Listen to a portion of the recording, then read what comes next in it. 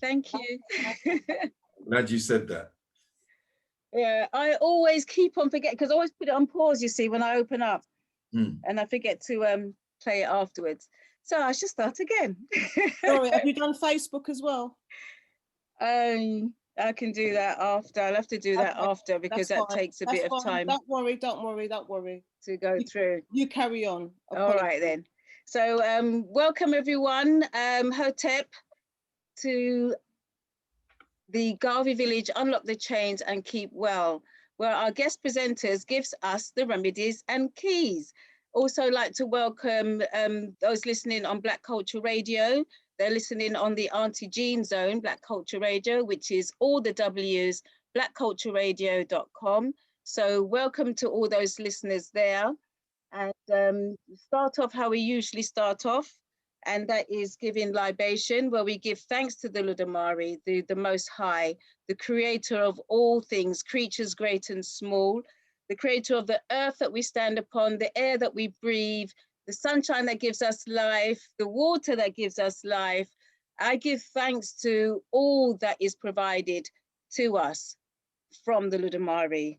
As I said, known by many names from many different people. Also, I like to know her. I say her because I believe she's a she, the divine one, the creator of all things. So I give thanks. I also give thanks to our Ori, which is our head, that gives us intuition, lets us know what's right from wrong. I also give thanks to our good ancestors. All the good ancestors got taken away from the shores of our home and dotted all the way around the world. The trials, the tribulations that they went through is unimaginable, but I know deep down we've actually got that history within us, because some things make us, affects us when we hear about them. So I give thanks for the tenacity, the strength for those good ancestors, because not all of them were good back then.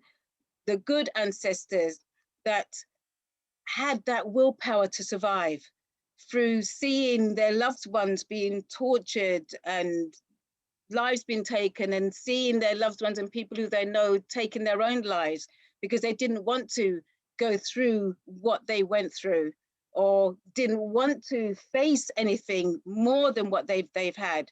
So for all the good ancestors who had that thrive, that tenacity, that strength, that willpower to survive, because if it wasn't for their survival, we wouldn't be here today. So for all those good ancestors whose we've derived from, I say thank you and ashe.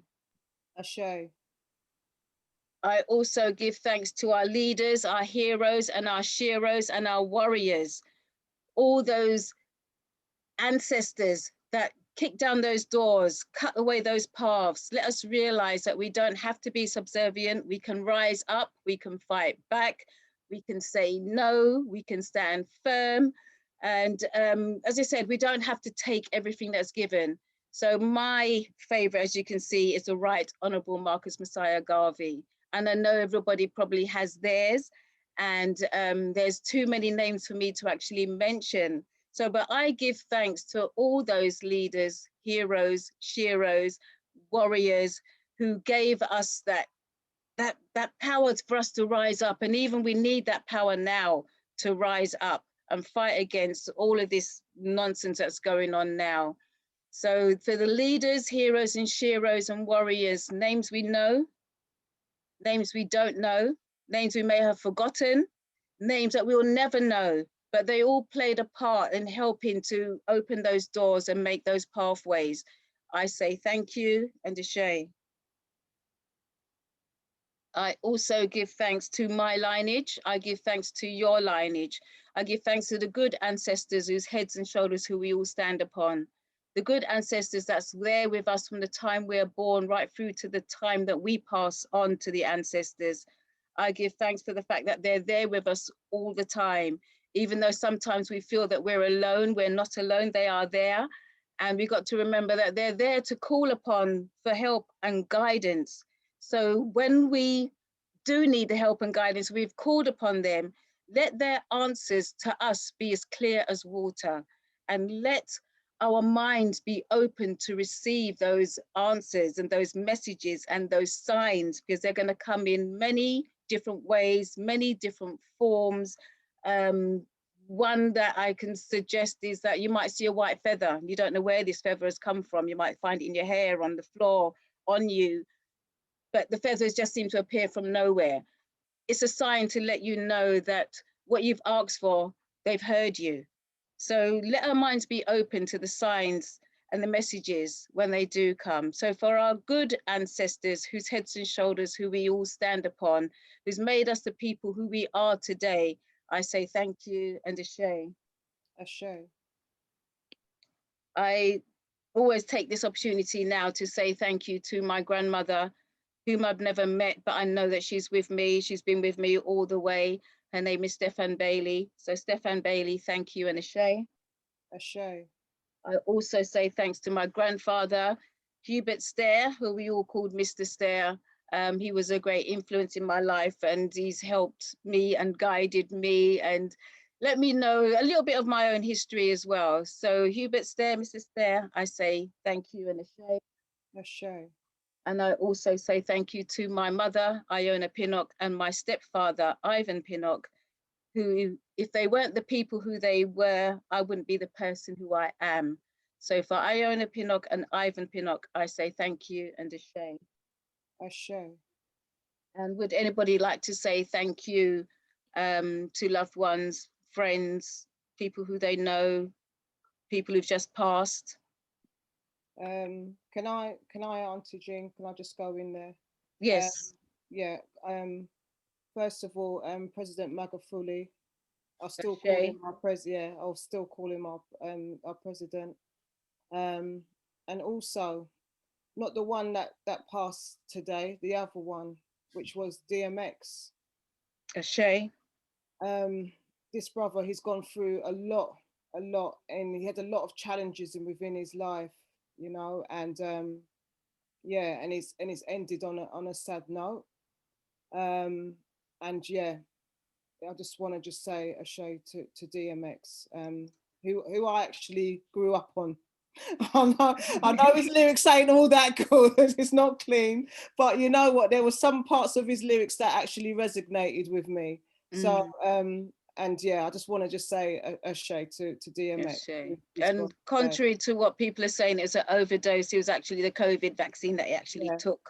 Absolutely, so, yeah. Absolutely. And don't forget the other one. He had his injection the other day. His jab the other day as well. So don't be fooled that it's old age that's got him. Yeah. Look at that jab what they give them as well. But anyway, I want to say Ashe to DMX and President Magufuli. Ashe. Can I Anybody just else? come in there? Yes. Yeah, just really to give thanks to life, because without it, we would be nothing. That's and true. really, in the great scheme of things, if we could find ways that we could build life, we live in a world that is traumatized and was built on trauma. And so we need to now begin to move into a new position in our thinking and our feeling, so that we can build life from life and not from the fear of life. Ashe. Yeah, just thought I'd just share that. Thank you, Ashe. Anybody else? Okay. With that, I have the pleasure of introducing to you, first time on the Garvey Village platform, our brother you just seen, Brother Mervyn Barrett. And he's going to be speaking about, oh gosh, look at the paper, the mind, how to master your mind. Get there in the end. Okay. Mervyn Barrett, welcome to the Garvey Villages Unlock the Chains. This is episode, to say, 54. So wow. Welcome. The screen is now yours. Awesome. I wonder if you could put it so that I could share my screen as well, please. Make me a co-host. Yep, you got it. I can do that. Great stuff. So thank you very much for that warm welcome, Auntie Jean. I've followed you for many a year, and I know where your heart is. So You keep doing what you're doing, sister. You are a real pillar of power and grace and elegance. So just, yeah, keep working on you. I know. Thank you. I know you. You may not see it that you're working on you, but when you, you know what, it's going to come out in a presentation. It'll come out in a presentation. So, okay.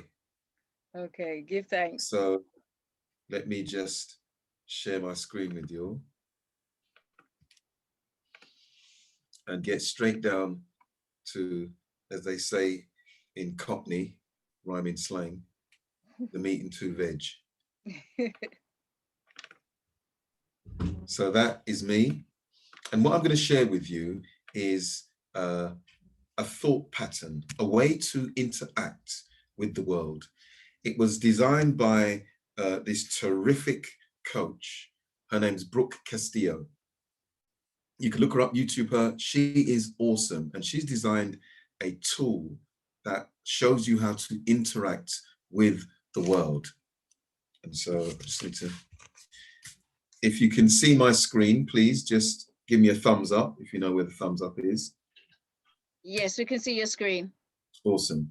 So this is a practice exercise. The model is a practice exercise.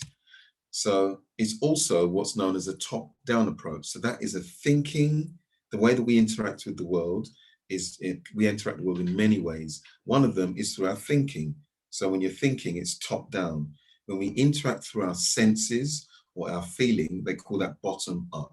So this is a top-down approach. It's not the only way to interact with the world, but it's a really powerful one. So just a couple of things. First of all, it is so you will, all of you, be familiar with times in your life when you have said something or other, some circumstance or other, has caused you to think a certain way or feel a certain way. We've all done it. So you'll be familiar with expressions like, she really made me angry, or the way he talks makes me sick, or that guy's so getting on my nerves. You've all heard it. If you haven't heard it from yourself, you've certainly heard it from somebody who you know. Well, what the model does, it gives an opportunity to recognize something.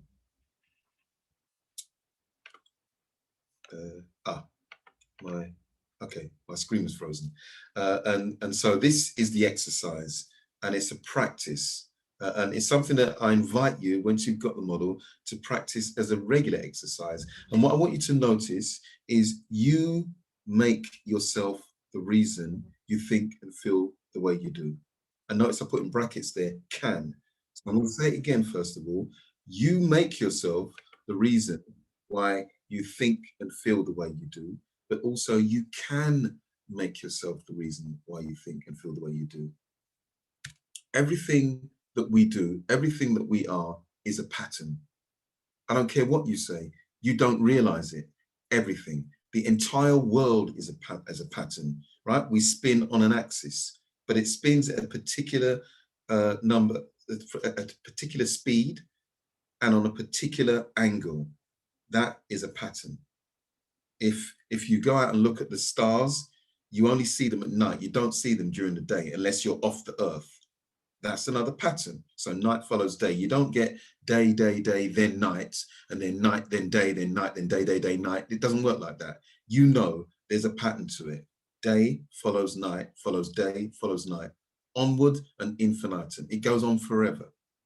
The way that the sun is the center of our planet and we orbit the sun is a pattern.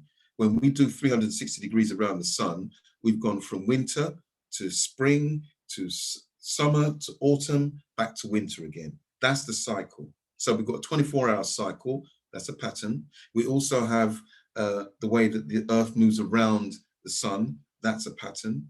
The moon moves around us in a pattern. It's not random. The weather systems are a pattern.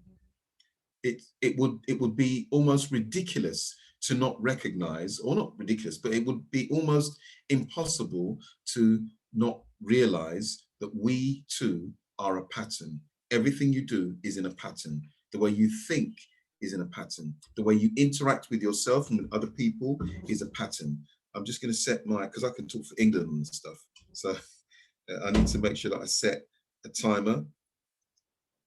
Otherwise, I just go on and on and on because I love this stuff. So anyway, the point that I'm making is that everything you do is a pattern. Your blood system, that's a pattern of flow. Your airwaves is a pattern of flow. You think in a patterned way. I call it a patternistic way. You think in patterns. You don't realize it, but you do. And the way that you interact with the world is a pattern. So this pattern that I'm going to show you is a way in which most people, as unaware as they are, interact with the world. So the first thing that happens with this pattern is that we have circumstances. And circumstances can cause thoughts. Thoughts cause feelings. Feelings cause actions. Actions cause results. And when it comes to this pattern, I want you to notice one thing. First of all, the first thing really, circumstances can cause. And this sort of alludes to what I said earlier on about, we say people make me feel a certain way when they say something or do something. Well, circumstances can cause thoughts. But notice that thoughts cause feelings. In other words, a circumstance can impact the way you think. But the way you think impacts the way you feel. And the way you feel will impact the way you act. And the way you act will impact the results that you have in your life. And here's what most people also aren't aware of. There's this thing called feedback. By the way, that's another pattern. Everything we do is feedback. And so with feedback, what happens is the results that you get always feeds back to the originating thought to back it up and corroborate it. So this is where you get people who say, I knew it, when they're thinking a certain way and feeling a certain way, they act a certain way, they get that result and say, I knew it was like that. And I'm going to show you, I'm going to break that down in just a moment. Before I do that, I want to just spend a little bit of time looking at circumstances. So what are circumstances? Well, they're things that you have no control of. Typically, circumstances are things of the world, but this coach, Brooke Castillo, she broke it down into 3 specific areas. And there are more than these, but these are broad areas. So the 3 areas that constitute circumstances, or if you like, constitute life. That's what circumstances are. Circumstances, another way of saying that is life. So life comes along and something happens. So one is, come in, Jacqueline. One is things that happen in the world. That's a circumstance. Hey, Jacqueline, how you doing? Things that happen in the world. That's a circumstance. And no, you don't control circumstances. So, for example, the last election, whether you were bothered about it or not, you didn't control that election. You know, your vote didn't swing the election. If you had the casting votes, let's say that means it was 50-50, and then you said, I voted for Conservative, and that was the vote that made the Tories get in. Then you can say, I had some control over the elections. Otherwise, you don't have any control. You know, your vote is one of millions.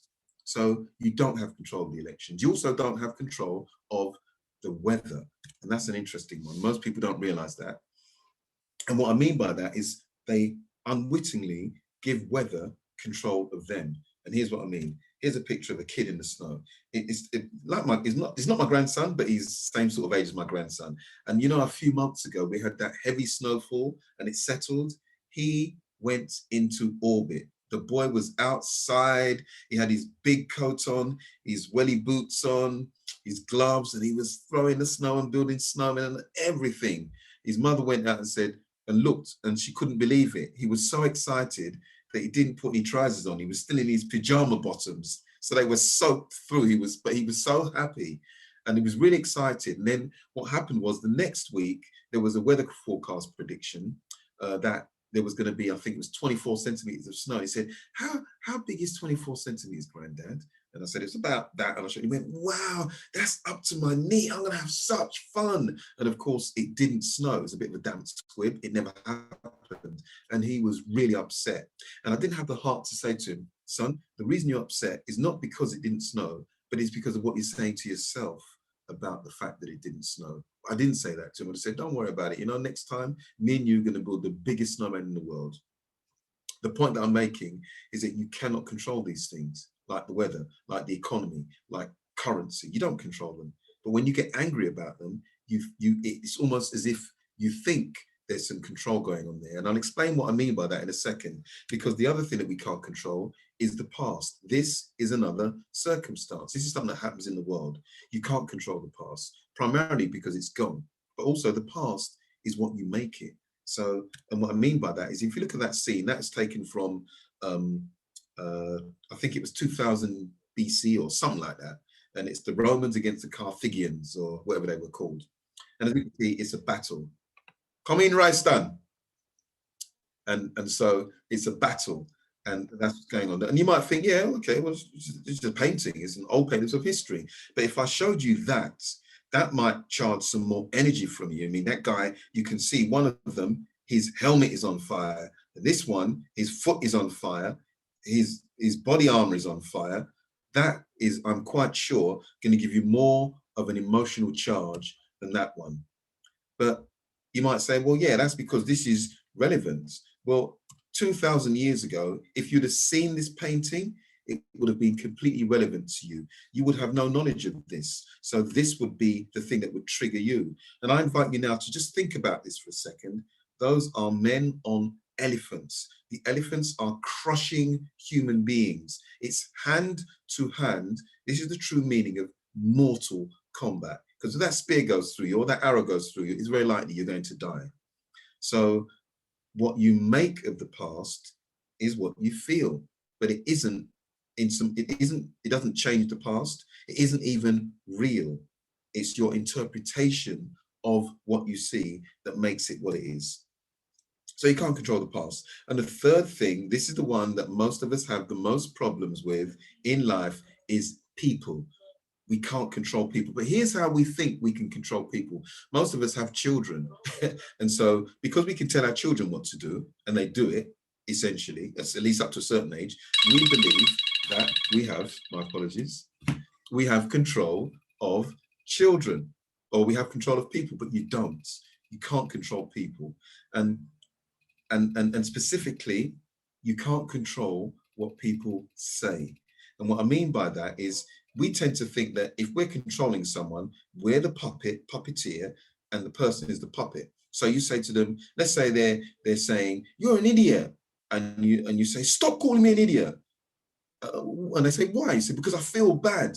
And then they say, okay, I'll stop doing it then. And so they stop doing it, and now you feel good. Is that right? Are you telling me that if they say something, you feel bad, and if you tell them to stop saying it and they stop saying it, you feel good, that you're controlling them? I'd ask you to think again, because that's them controlling you. They're in charge of your feelings. How you feel depends on what they say to you, then they're controlling the way you feel. Most people don't realize that. Another one, you can't control what people do. So if you see someone picking their nose, you go, oh, that's disgusting, stop doing that. And they stop doing it, you say, oh, that's better, I feel better now. Well, they're in charge of you. It's like they're picking your nose instead of them picking their nose. So I just want to illustrate to you that you can't control what people do. And any attempt at it, it actually reverses the process. It makes you the puppeteer, the puppet, and them the puppeteer.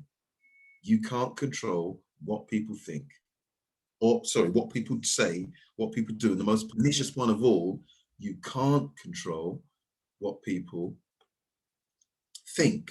And what I mean by that is, you often think, you know, let's say it's me and you, Auntie Jean, and we're out and you see me and you say, hey, Mervyn, how you doing? And I say, yeah, I'm good, man, I'm good. But inside, I'm not good. Well, you don't know that. So you think, oh, that's good. So you talk to me from that space of, he's feeling good because he said he's good. I think he's good. But that's what you think, I think.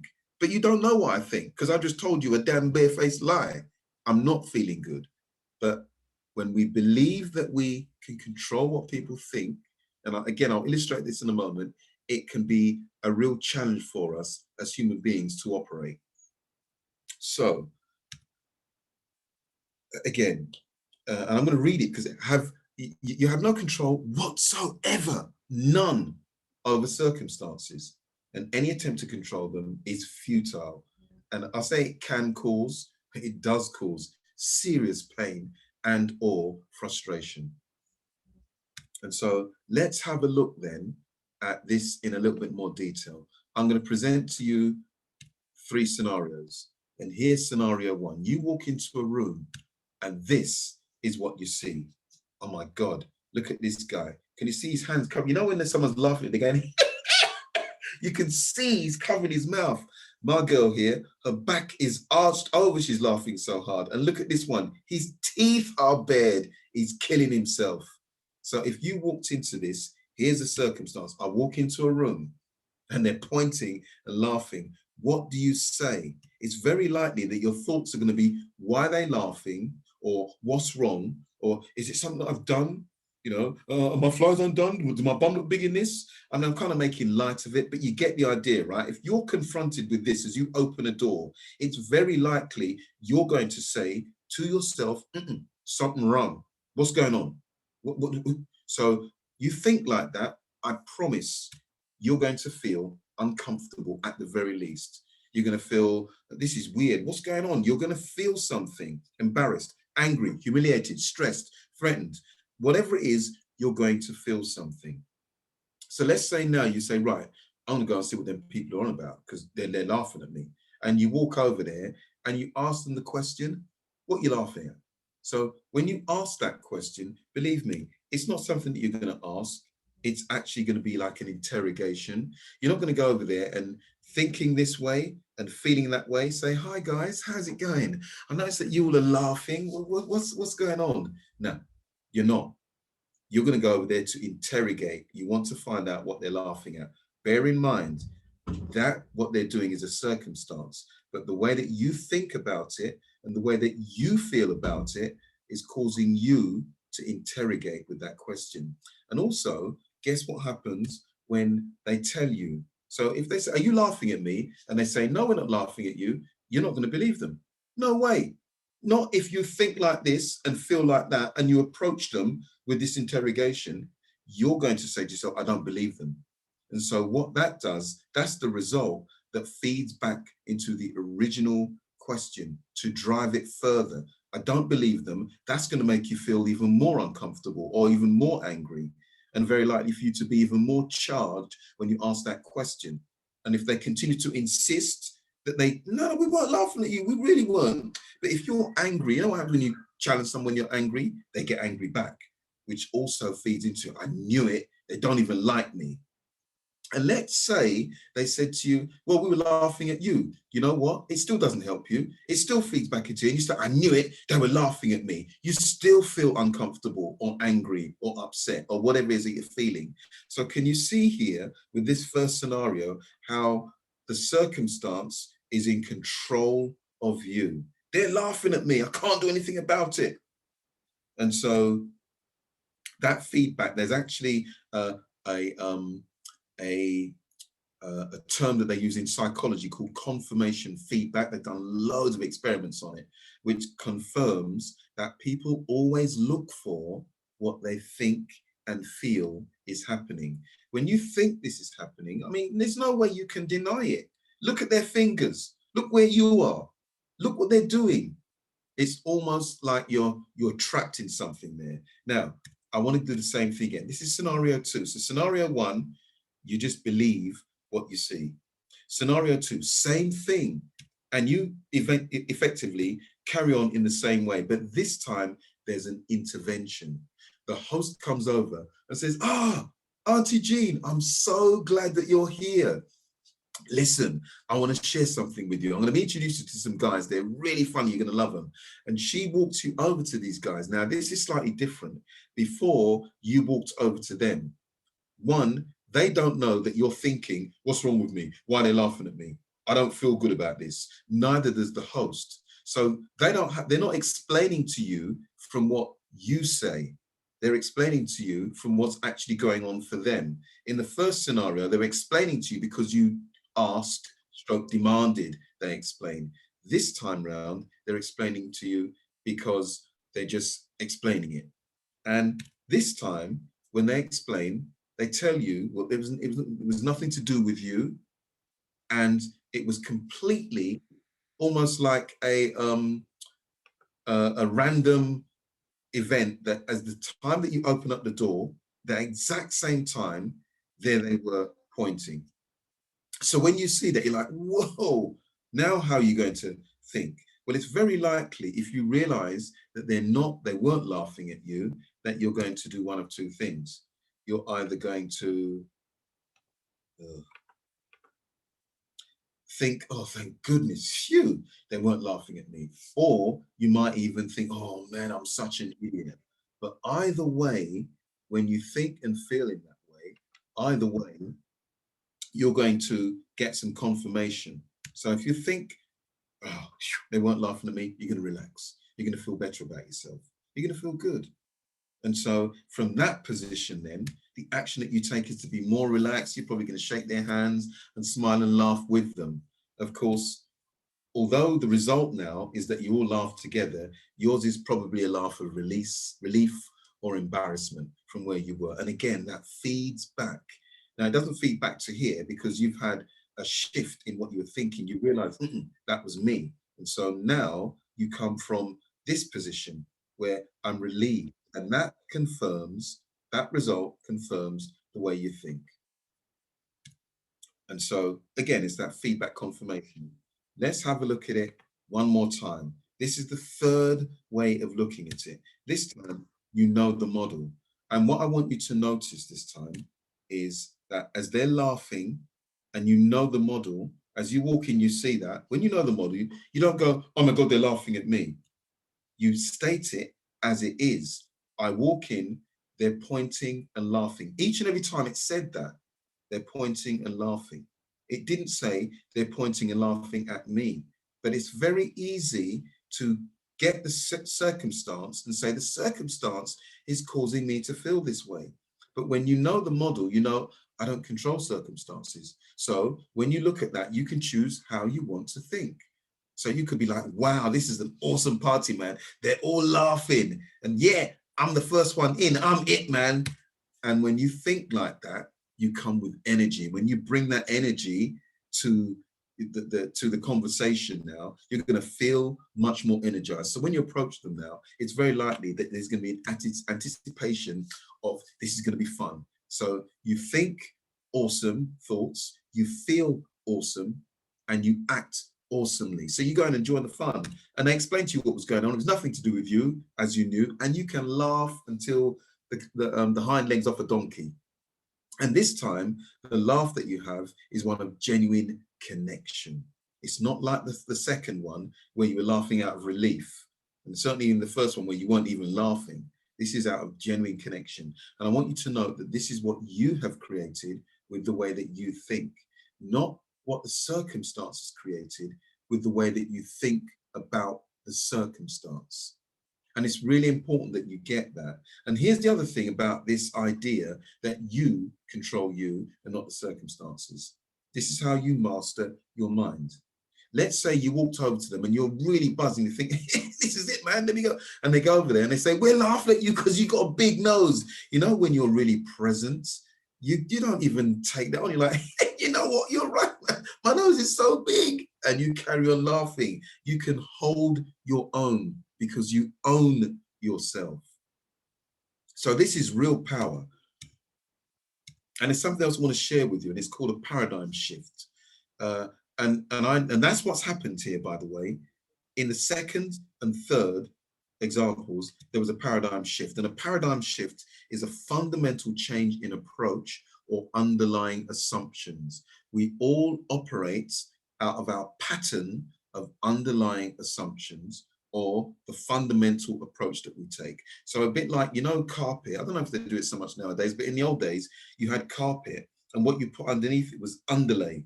And the underlay was to ensure that the carpet didn't move around.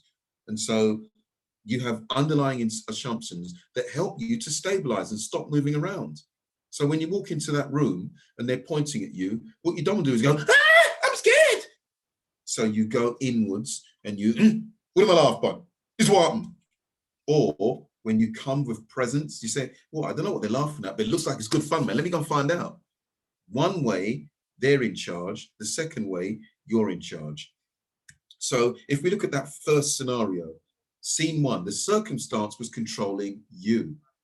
You believe what you think and feel. You can't help it. As soon as you say they're laughing at me, you're going to feel bad. It's not about believing whether you're right or wrong either. You simply believe the way you think and feel. You believe your reactions. And of course, that means there's no space being created. Without space, you can't help but just react. And of course, you also, not verbatim, you're doing it to yourself. It's your thinking, not theirs. Because if you walked into that room and they said, ha, ha, ha, we're laughing at you, then you might have a different perspective. But they didn't say that. You said that. And you felt angry or upset or embarrassed or humiliated because of what you said about what they were doing. I really want you to get that. In the second one, the intervention was in control. So this time, this is when the guy came up, the host said, hey man, Mervyn, I'm so glad to see you. Come and let me introduce you to these guys. And when you were introduced to them, they weren't trying to defend themselves or explain themselves. They were just telling you what they were present to. And they were laughing. It was a mere coincidence that you came in when they were pointing, and the laughing was nothing at all to do with you. So that caused a fundamental change in you. But I read this brilliant book by this guy called Stephen Covey called The 7 Habits of Highly Effective People. And in it, it gives a really fantastic example of a paradigm shift. And so I just want to share that story with you very quickly.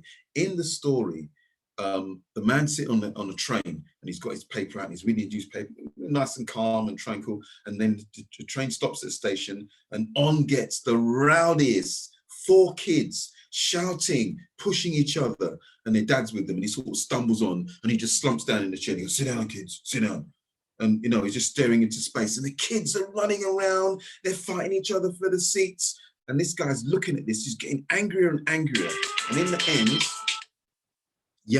the end, he says to himself, I've had enough, I've got to do something. So he went over to the man, he said, listen, I don't know what your problem is, but you are a really bad father. You let these children just run all over the place. What do you think this is, a zoo or something? This is a train. These kids need to be under control. And the man sort of almost comes out and says, oh, listen, I'm really sorry. We've just come from the hospital. Their mum's just died. And kids, sit down. Come on, sit down. You're causing a problem. How do you think that man who was accusing him would feel given that scenario? Let me tell you what happened. As he was sitting there, his underlying assumptions about the situation took over. His underlying assumptions about what it is to be a father, what it is to be a parent, what it is to be a child, how children should behave, how a father should control his children, all those assumptions blown out of the water. Why? Because there was a different reason behind why that person and that circumstance was behaving in that way. So he was literally being controlled by the circumstance. But what I want you to note is that he was doing it to himself. It was nothing to do with the circumstance. It could well have been that that man was not looking after his children, but you still have a choice as to how you interpret that. And when you interpret it in that way, where you think, how dare he, you're causing and creating inside yourself, you're destabilizing your well-being. You're not mastering your mind. Your mind has been mastered by the circumstance. And so, yeah, the last one then is scene 3. This is where you are the master. This is where you control you. And I noticed I put the control, but in brackets, I've also put master. And I'll give you a little story on that one. I was at uni a few years ago, and I was in a judo team, and I was a brown belt, at the top level of brown belt. And to become a black belt, I had to go to a grading. And at the grading, you have to go up against black belts. It's the only way you can become a black belt is by beating them. It's really, it's crazy. So anyway, my first contest, I went up against a black belt first dan. So that's the lowest level of black belt. And so me and this guy come out onto the mat, and I grab him and he grabs me back. I pull him and he pulls me back. I push him and he pushes me back. And one of the big things in judo is to get your grip. So no matter what you're doing, you really try all you can to get your hands in the position where it makes it easy for you to throw the person. And me and him was in one titanic battle. It was like brute strength. Plus, because he was a first dan, he did have more experience than me. The bounce lasts for about 5 minutes, and 4.5 minutes in, he got the better of me and threw me to the floor, but it was a real struggle. I came out of that and think, man, this is not easy, man. I don't know how I'm gonna do this. So my next contest now was against a black belt, 5th dan, slightly older guy. And I was like, oh my God, this is gonna be even worse. So I said, come on, Mervyn, get him, come on. So the guy goes, Hajime, and I jump in and I grabbed him and he let me grab him. I went, huh? I pushed him, he let me push him. I pull him, he let me pull him. And I got my grip and I thought, yeah, man, boof, I was on my back within 30 seconds.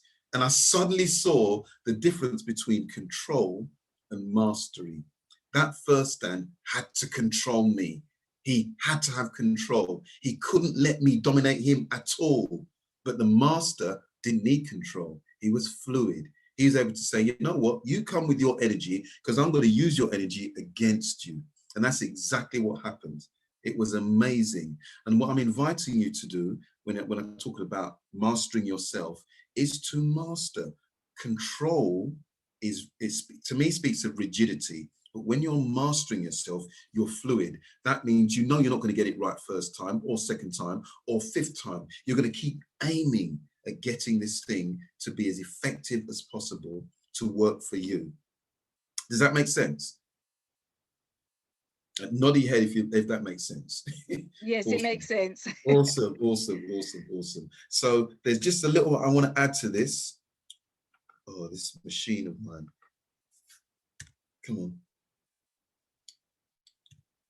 Okay, so just to go over it, reiterate again, the model is about circumstances can cause thoughts, but thoughts cause feelings, feelings cause actions, actions cause results. There's no question, and that result will always go back to the originating thoughts. And you know what that means? That means it was nothing to do with the circumstance, because all of this is internal. That circumstance is external. You don't have control of circumstances. You have control or mastery of what is internal. There's a famous author, dead now, of course. His name's Napoleon Hill, and he wrote a brilliant book called Think and Grow Rich, timeless classic. And I saw him on YouTube, and he said, you know, whether you believe in a creator or not, here's what he said. He said, God has given me the power, permission, and authority to take complete possession of my mind. God has given me, not anybody else's mind. When you are focused on the circumstances, it's like you're trying to control other people. When you focus on yourself, you get an opportunity to master your circumstances. So much power can come from just recognizing, even if you still find it a challenge, which you will, to respond instead of react when something happens. At least you know what's going on now. If you didn't know this is when you end up saying, those people make me sick. They get on my damn nerves. When they're not making you sick. What you're saying to yourself about them is making you sick. And you can't control them. You have no business being in their business. Your business is your business. That's why it says mind your own business. Mind your own business. And this is a way in which you can take care of your business. Once you take care of your business, believe me, you can be so much more effective in assisting in taking care of other people. But if you don't take care of your business, you're just a loose cannon waiting to explode. So that, guys, is the model. And as a practice exercise, I'd like you to find a circumstance from the past, make it a mild one or a wild one, doesn't matter. Look at it through the eyes of the model. So the first time you look at it, break it down using the model CTFAR, but do it as it happened. So just write it out as it happened. And then once you've done that, now go and notice, how did I act? What bit did I have mastery over? Where was I minding someone else's business? How was I saying that circumstance is causing me to feel this way? What do I actually need to say to myself about the way that I'm viewing the circumstance that will empower me? Because the way we view the circumstance is either going to empower or disempower us. And then finally, put it back in again. Practice noticing, that's awareness, presence. Practice noticing how quickly circumstances can cause you to make that the circumstance responsible for how you are, instead of you being responsible for how you are. Okay. I've completed this now. I'd love to take some questions. Anybody want to share anything with me? Some insight that you got? If one of you would be really, it'd be great if there was somebody wanted to volunteer something that we could look at. I'd love to do that as well. And just before we do that, I do offer one-on-one coaching sessions. It says they're 30 quid, but because it's Auntie Jean and because I know you all, your family, I'm actually going to do it for this, on this occasion, gratis. So it will be free. So you can have a free freedom session. It will last 30 to 45 minutes. I guarantee you some freedom.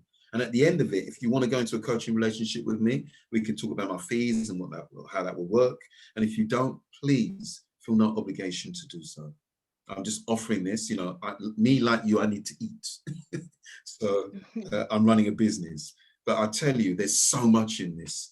I see Bryant has his hand raised, and I'm going to stop sharing my screen now for a second, at least. I may go back to it.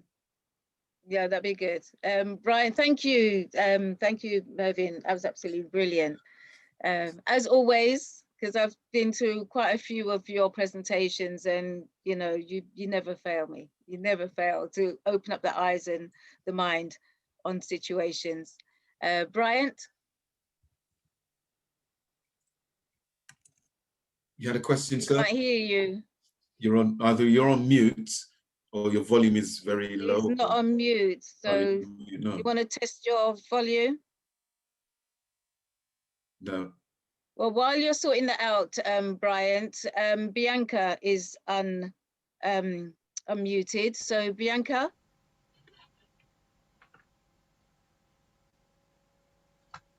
No? Okay, Royston. Good evening, Mervyn. Excellent presentation. Thank you for your insights. As a people, we struggle so much with the idea that I'm impacting on my environment and I'm contributing or creating my environment. And so often we say, you make me feel this way, you cause this, you cause that. And even, the Eleanor Roosevelt, no one can make you feel like that without your permission, etc. We hear things like that, but cognitively we still don't seem to make that transition to be still enough to notice I'm creating this. Yes, your model is there, but what is that kind of thing that needs to happen to maybe kind of snap us into gear, collectively us, and I'll include myself in that. What is that thing that's need to be there to snap us into gear? Okay, so great question. You mentioned some really important things there. Just us as a people, to Eleanor Roosevelt's quote, it was attributed to her. I don't know if she really said it. But yeah, maybe she's not. Maybe she wasn't smart enough to say it, but she's got the title. Indeed, she was a president's wife, so she got licensed. Right, right. It's like, what's the name? Melania Trump. They attributed all sorts of things to her. I know. That was lying. Lying. Anyway, so that's a whole another story, another workshop. So getting back to your point, then, what do we need to do? Well, first of all, we need to recognize that there are technologies out there that are available to everyone. This isn't a secret. It's not like, remember that book, The Secret? This isn't like that. This is a technology that is available to everyone. Yes, it's specialist knowledge. Yes, you do have to do some research to find out about it, but it can be done. And my determination is to bring it to the world, particularly our people, because we have issues, as you quite rightly pointed out, with how we deal with ourselves. If we don't recognize how we interact with the world, with life, then life just interacts with us. And it's like, it just keeps happening.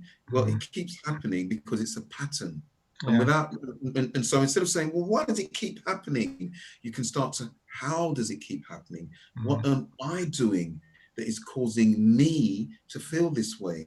As you can see from the model, there is a separation. When you put that space between the circumstance and your thoughts about the circumstance, you give yourself breathing space. You give yourself an opportunity to say, hold on a minute. Yeah, I saw what happened, but how do I want to think? How do I want to feel? I was coaching a sister the other day, and you know, it was in a breakup, and she was really upset. And I did so much for that man. And through the coaching, she distinguished that she was a good person. Yeah. And I said, yeah, you're a good person. You know, I bought him a car. And I said, remember what you said? You're a good person. And she went, yeah, but he took advantage of me. And she was upset. And I said, hold on, wait 1 second. What's that got to do with you being a good person? He took advantage of me. That's the circumstance. Come back to yourself. Are you a good person? Yes. Feel that. Feel that you're a good person. What he did, that's on him. That doesn't stop. You don't feel bad now about being a good person. Still be a good person. Still hold your head up. Still go for what you want. That way you allow yourself to continue to move through life with minimum stress and maximal well-being. It isn't just our thinking, it's our feeling. Our brain and our nervous system are inextricably and intricately linked. Yeah. What does that mean? It means you don't have one without the other. Oftentimes we don't realize that thinking isn't a standalone thing. Yeah. You think and you feel. Your brain and your nervous system communicate all the time. So you think something, you're also feeling it. For far too many of us, that feeling part eludes us. There are many, many reasons for that. But just suffice it to say, once you begin to notice your thinking, then you can choose, you get an opportunity rather, to choose how you want to think, irrespective of the circumstances. Now, let me just be clear. If Mad Axeman is coming towards you, he's coughing at the mouth, there's blood on his axe and he's going like this, you don't want to be involved in a hold on a minute. Give me a minute. Yeah. No, get the hell out of there, or clap him in his mouth. Yes. Do whatever you need to do to survive. Yeah. Our brain and nervous system react like that. And I use that word react when like someone says to you, I hate you, or you look stupid. We act, our brain and nervous system, to our brain and nervous system, that's a threat. So it's going to respond to that. Like Mad Axeman is coming after me. It's going to react to that. What I'm inviting you to do is recognize the model gives you an opportunity. If it is a clear and present danger, then you're going to have that natural response. If it isn't, for you to recognize, I don't control this person, I do control me. Let me now respond. Respond to how I want to feel. And what do I have to think in order for me to feel that way? You know, most people get up in the morning, they never ever say to themselves, how do I want to feel today? They just get up and go out of bed. They don't spend any time thinking about how they want to feel. Oh, then whatever happens during the day just takes you with it. You know, before you know it, you're back in your bed again, knackered, can't sleep, tired, hungry, all of it. The model gives you an opportunity to step into presence. And what I mean by that is step into your presence, your power. Like Napoleon Hill said, you give yourself the creator, God, Allah, Buddha, whatever you call that thing, that's given you power, permission, and authority to take complete possession of your mind, Mm-hmm. not anybody else's. Mm-hmm. Once you get that, when somebody says, I hate you, you can say, okay, I got it. You can even say, well, I thank you for that. And it doesn't impact you because you know who you are. Mm-hmm. It's now, again, this isn't straightforward. It's not easy. Like you, like me, you're used to just reacting. That person called me an idiot. That person looked at me that way. Remember we used to be in the old day, someone step on your shoes? Yeah. Nowadays, you know, them kids with their trainers, don't mess up my trainers. All circumstances. Anybody else got anything they want to share with me? Thank you. Thank you. Bryant, are Brian, you able to unmute now? Can you hear me now? I can hear you, brother. Yeah. Come with it, man. Yeah, well, what I was saying, it was not a question, but what I wanted to say was a compliment. That was positive self-development, game, and psychology. Yeah, absolutely, 100%. We need to learn how to do this for ourselves. We're depending on others to do it. Yes. You know? And for me, as a people, we have been traumatized. I mean, badly. Here's what we don't recognize. Europeans have also been traumatized badly. Look back through the history for yourself. Remember that queen they called her Bloody Mary. She used to burn people at the stake because they didn't believe what she believed. Their entire religious system is based on doing as you're told. It's about control and manipulation. What was his name? King Henry VIII. Look how many people. He was a madman. I mean, he killed people. Killed his wife. People accepted that. Yeah. What was the one before? William the what? The Conqueror. How did he get Britain? He took it with force. The island of Britain is traumatized. But if you look at if you look at the whole of Europe and read European history, littered with bloodshed, incest, murder, bloody murder, rape, lying, conniving, cheating, war, to get what we want, and death, of course. So we've been traumatized.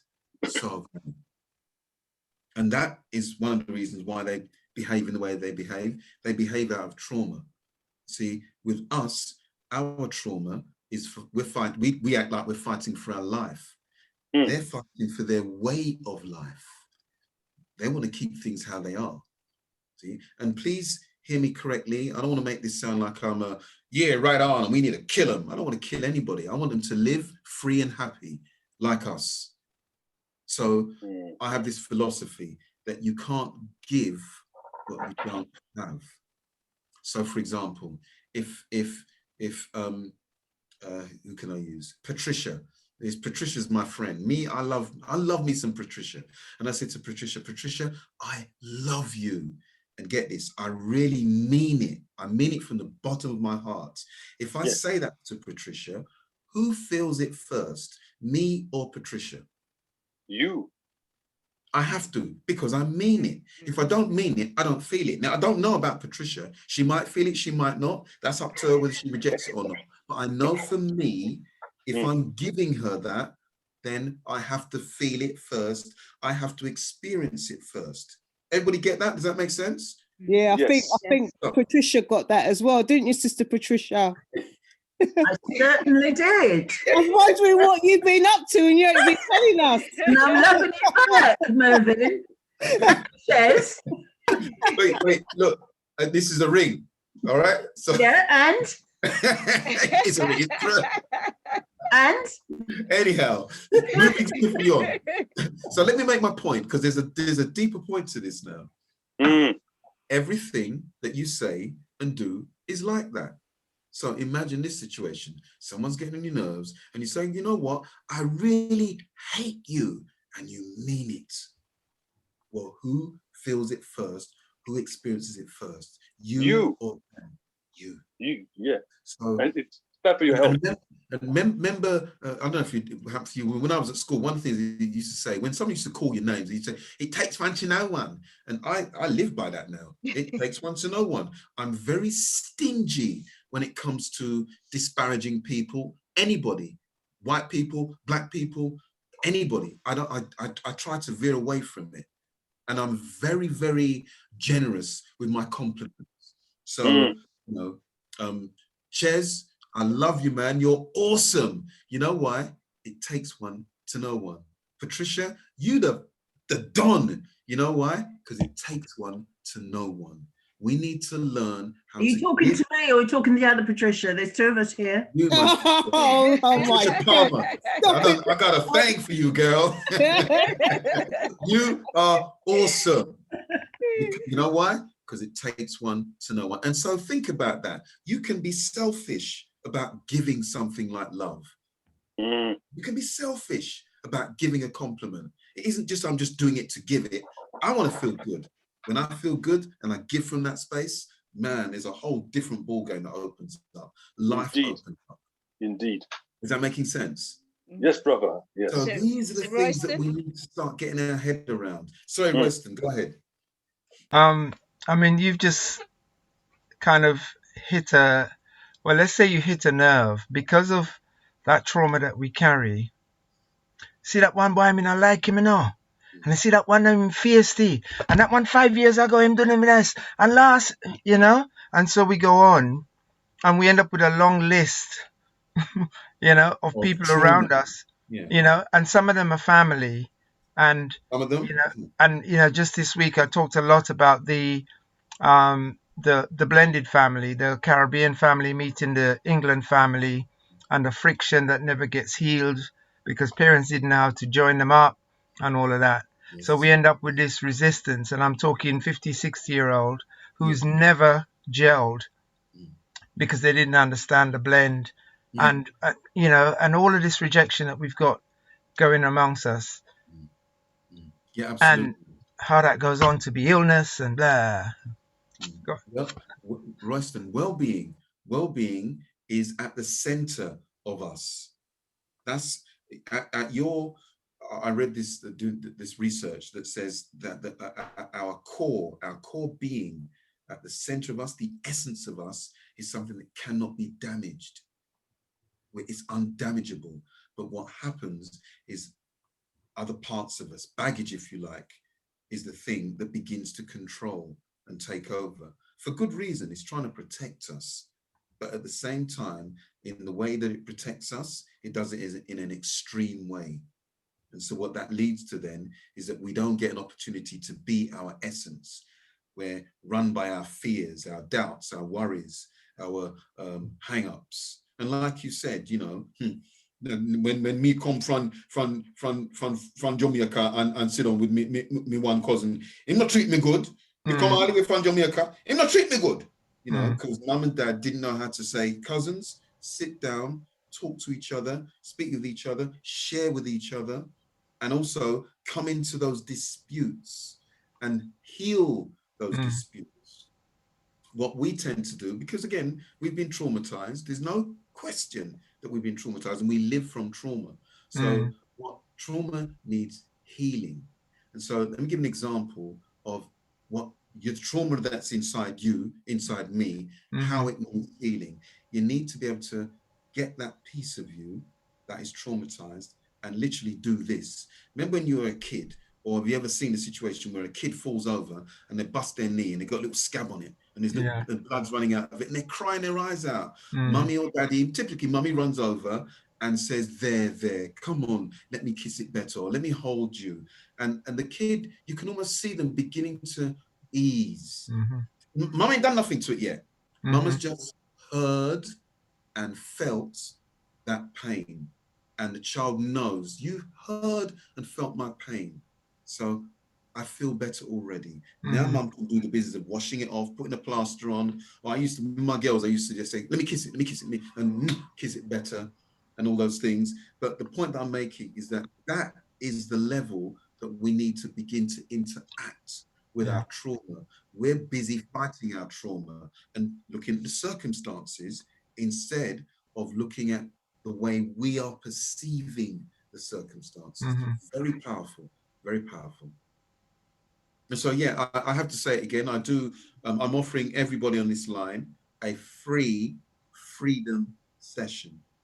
So that's 30 to 45 minutes coaching for free. And if after you want to join me in some coaching, we can talk about that. If not, then please go on your merry way. What I guarantee you in that session is some freedom. I guarantee you some. And so I'm just going to 079 Yeah. Oh, thanks for that. 140 6240. I've just put it in the chat. If you could please. And also we do have a question as well. I know I'm conscious that we've got Patricia's hand up. I don't want it to be Sorry, up there Patricia. too long. I can talk for England on this. Okay. Patricia Palmer, right? Miss Palmer. Yes, but there's a question in the box that that from Jacqueline Morrison. It says, do you give talks in schools? Has your presentation would be a productive tool for the young people? Yeah, I've done stuff in schools. I've kind of moved a bit away from that now, but so I don't actually market in that direction. But I am thinking of starting to do that again. Right now, my passion is personal development and personal coaching. So I do a lot of one-on-one, but I've just started to do some leadership training with a group of nurseries, and I'm about to go into a work project with young people who are in danger of becoming long-term unemployed. So, but yes, I mean, if you've got a school that you have in mind that you want me to go and speak with or speak to, love to. Thank you. Sister Patricia? What I wanted to ask you, Mervyn, was the converse of what you presented, in that some of us are actually born lovers. We love, that's how it is.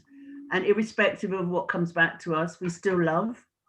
So for me now, it's like, well, what do I do when I actually give compliments, share with people, open with individuals, and are loving and caring and supportive, and it doesn't come back. It doesn't come back. It doesn't come back. How do I continue? Because I'm going to then say, well, sod you all. I don't give a toss. Yes. Yeah. And that actually hurts me. Right. Yeah. But I have come across so many situations where I want to embrace you. I want to listen to you. I want to help you. But because of the trauma that you've gone through, you don't trust me. You don't listen to me. You don't hear me. You know, so there's a converse experience, I think, to what you've presented. It's a great point. Let me just pick up on that. So, and it's another analogy, if you like. I mean, I'm sure you've all been in the in an aircraft, and when they're doing the emergency procedures. So when they do the emergency procedures, there's a point in it where it comes to the oxygen masks. And typically you'll see either they'll get it out, but you'll see a video of the oxygen mask dropping down. And they always say, put the mask on yourself before you put it on anyone else. And in that video, you will see adult next to a child, and you will see the adult reach for the mask and put it on themselves while the child is looking at them doing it. Then you'll see them go to fit the child's mask. Has anybody ever said, hold on a minute? What the, are you telling me that I've got to not look after my kids? I've got to sort my kids out. What are you talking about? Nobody does that. Why doesn't anybody say that? Why isn't anybody up in arms when they're given the advice to put the oxygen mask on yourself before you put it on anyone else? Why aren't people up in arms? Anybody? Because they understand that they, as like mum or dad, if the plane's going down, if they're on a plane, you got to kind of save yourself and then you can save the child, I guess. Okay. And lead by example as well. You know, children follow everything that we do. So if they see mum putting the mask on straight away, if they're of age, I don't know, maybe 10 years old, they can probably put the mask on. But I definitely know that if that plane's going down, they say the plane's not going down. It's not going down. It's the only thing that's happening is the air pressure's dropped. So they need to have masks on.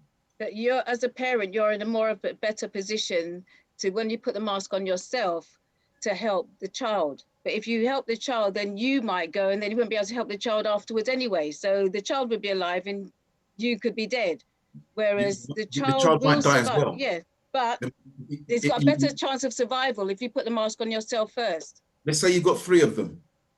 You get to the first Same one, thing, you're same dead. thing. The next 3 dead. The next 2 dead. Well, you have C of 1 in it. Well, first of all, if you save yourself, you get an opportunity to save all 3. Yes, right. That's what I said. It's a natural. It's a natural way that people understand how to look after themselves, how Indeed, to brother. look after other people. It's look after themselves first. It's natural. Yeah. But we also have a normal, and the normal is when the aircraft lands, you go and make sure that everybody but yourself is taken care of, especially Yes. our women. They love to multitask and superwoman it, and that's not a criticism. That's just what they do naturally without realizing that they're giving and giving and giving. And so, how do you get that natural? And so here's what you want to start looking at it like. Giving is an act of love, and giving is something that you give from your heart. And so when you're giving, when you dip into your heart, the well of your heart, and you take out, you are depleting. And so you're giving from lack. And so you're going to, even if you don't do it initially, at some stage, you're going to expect something back because you're giving from lack. You're depleting your own resources. Now, when you give from the abundance of your heart, from the overflow, you don't need that. So when you give and they don't say anything, it doesn't bother you because you weren't giving because you were looking for something. Right. You were giving because you had. But here's the key. You've got to fill up your heart first. Oftentimes, especially with our children, we don't realize it, but we major on you being selfish and learning how to share. We don't teach them how to enjoy what they have. We teach them you must share. That's how you enjoy. The village is all about no. I'm not saying that we shouldn't share. That's a quality that we have and we need to cultivate. Sharing is a part of being human. More importantly, is giving to yourself. When you give from your overflow as an adult, not as a child, as an adult, when you give from your overflow, you don't want anything back. You don't need anything. But the other thing about that is that you also know, hold on a minute, it looks like I'm not giving from my overflow anymore. Let me go back and top up my tanks, my energy reserves. Let me now go and once I've done that, let me go out and give again. Does that answer your question, Patricia? I think it does go some way towards answering the question. However, as you say, and as you know, we live in a very toxic environment. And even us here on the platform as African people, knowing our history, knowing our pain, knowing our sorrow, it is still very, very difficult, I think, to connect with our people. My experiences. I concur completely. It is. Now, notice the language that we use. Yep, it's difficult to do that. Remember, the way we think is the way we feel. So we can't help it. Your brain and your nervous system is designed to answer questions. So if you say to your brain and nervous system, not so I can say that, I don't say when you say to your brain, I talk about the two because they work together. If you say to your brain, your nervous system, why am I so stupid? You just look for an answer. So it will scan memory banks and look for points in your life when you've been stupid. And it will do it in an instant. And it will find as many as it needs to satisfy your question. So the question, why am I so stupid? It kind of lends itself to looking like it's a valid way, but it's actually invalidating us. Because our brain goes, well, when you were 5, you were dropped on your head by your mum and she said you were stupid. And remember when you were six and you were in a classroom, you got that question wrong, everyone laughed at you, that's why you're stupid. And then when you're 15, they were all taking the mickey out of your clothes, that's why you're stupid. And now you're 25 and you still call yourself stupid. Those are the reasons why you're stupid. Stupid. That's what it does. So how do we deal with that? So we start to ask questions that are more solution-based. That's a problem-based question. So a question like, realizing I've got a challenge with something, how do I make myself smarter? Now, if I say, How do I make myself smarter? Can my brain and nervous system go back and say, well, when you were 5, you were dropped on your head and that's why you're stupid? No, it doesn't have a frame of reference for that. So we've got to create new frames of reference for our conversations. It is difficult. I'm not going to deny it. However, we can do it. There are ways in which we need to start to be together so that we can create these ways of being. So questions like, and it's very easy for our brain and our nervous system to pick up on the negatives. It's not so easy for it to pick up on the quote unquote positives. And so instead of saying, you know, it's very difficult for us to be together, you know, how about what are the ways in which we can start to learn to be together? And just we have brainstorm. achieved that to a certain extent, Mervyn, because I mean, this is what the Garvey Village is about. I mean, and I really value these platforms. We've been doing it now for over a year, and it's absolutely wonderful. However, you know, the level of sadness that is there for us is well, it's not insurmountable, but it's a challenge. Thank you. It's a challenge that, if I can finish that sentence off for you, a challenge that we can overcome with perseverance, with persistence, with trust, with recognition of ourself. And also, I practice a form of coaching that I call personal development and the art of self-discovery. Something about discovering yourself, that the essence of who you are, that can free you from all of this bullshit, all of it. Then you can start to really motor and get what you want, give what you want with power. Yeah, man, as Jacqueline said, with the tools. Okay, we have Jacqueline. a question from Bianca. Hi, I was sent a message a couple of days ago about defining a relationship, and the person had said that that you have to love yourself first in a relationship before you can do anything else. And when I seen that message, I thought of someone being selfish, because I've always interpreted relationships as, you know, you love the person loves you, and you both kind of make each other happy. So, oh, you're shaking your head. I'm gonna come in there, but you speak, sister. What you Yeah, say. so that's just what came to my head. I don't know if it's a man versus woman thing, but when I hear the word, if I don't know, when I just heard that person say, I had to learn to love myself first, I just thought, what a selfish person. I know that sounds really bad, but I just, in my head, I'm thinking, so if there's nothing wrong with that person loving themselves, but there sounds like there's a hint of selfishness there, because if people that I know that love themselves too much, they're very selfish. So like they won't give their last pound. They won't. Narcissists. That's the one we're But on they about just now. want, yeah. So when that person said that, I was in two minds of how to take that, because yes, you must love yourself. Like loving yourself to me is making sure that you're nourished, making sure you're eating, making sure you're getting enough sleep. But in the contents of what they were saying I just thought, well, what a selfish person, because if you love yourself too much in a relationship, then purely you can't be a good person. May I come in there? Yeah. So there's just, again, there's technology out there. We're just completely unaware of it. I didn't realize that there are different levels to relationships. And I got this from Tony Robbins.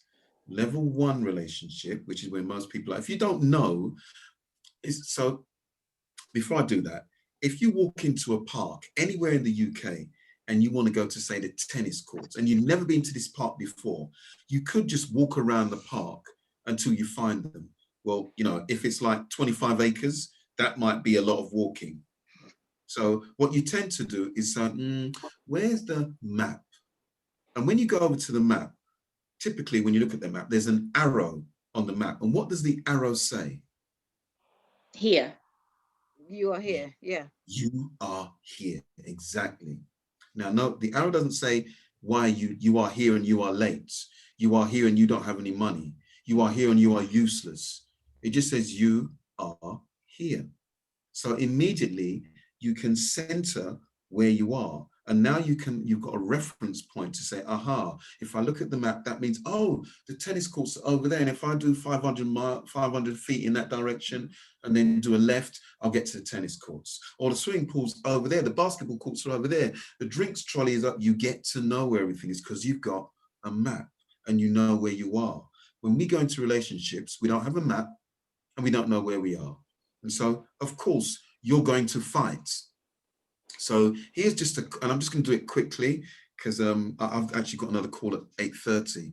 So here's 3 levels of relationship. So level 1 relationship, this is what they call a codependent relationship.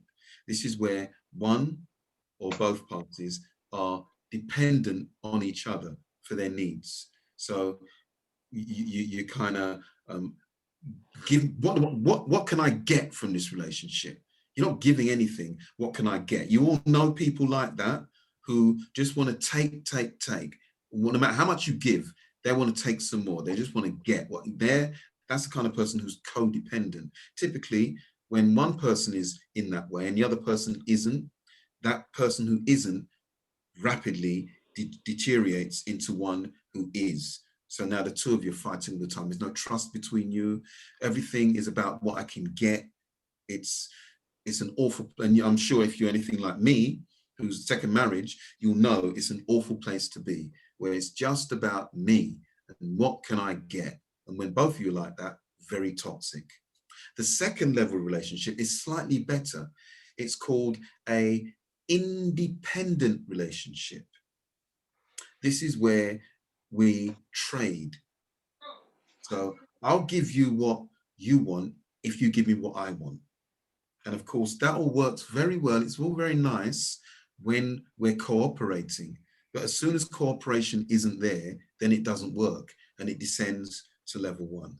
So you've got a codependent relationship where you're just going to get what you can. You've got an independent relationship where you get what you want through bargaining, through bartering. And that also when it gets a bit stressed, can be really difficult because then you start counting. You know, I've emptied the bin 5 times, you've only emptied it 4 times, so it's your turn. And I'm not doing it because it's your turn. You know, well, I gave you a massage yesterday and now I want one in return. And all sorts of things. I took the kids to school today, now it's your turn, because both parties are trading the relationship. They're trading their needs. And of course, a relationship like that, most relationships, by the way, are centered on level 2. And when it's level 2, it can easily deteriorate to level 1. So the most effective relationship is level 3, where it's interdependent. And what that means is that you have your dependency, but you recognize the value of sharing and giving, but both parties recognize that. You look to meet each other's needs and anticipate each other's needs. Hello, Marvin. Is there independent? It's like a dependency. Is there about 2 individuals being independent in themselves, knowing themselves, and making the choice to be together? Is that possible in the UK? I missed what you said at the beginning, brother. What about 2 individuals being independent, knowing themselves, knowledge of self, male and the female, and being together and making the choice to be together? Mm-hmm. Do you think that's possible in the UK? Yeah, they can. 2 people can come together with their independence as long as they recognize what they're aiming at, and that's the big thing here, is to aim at interdependence. No one actually starts there. You know, you don't walk into a relationship and suddenly both of you are meeting each other's needs. These are things that have to be worked at.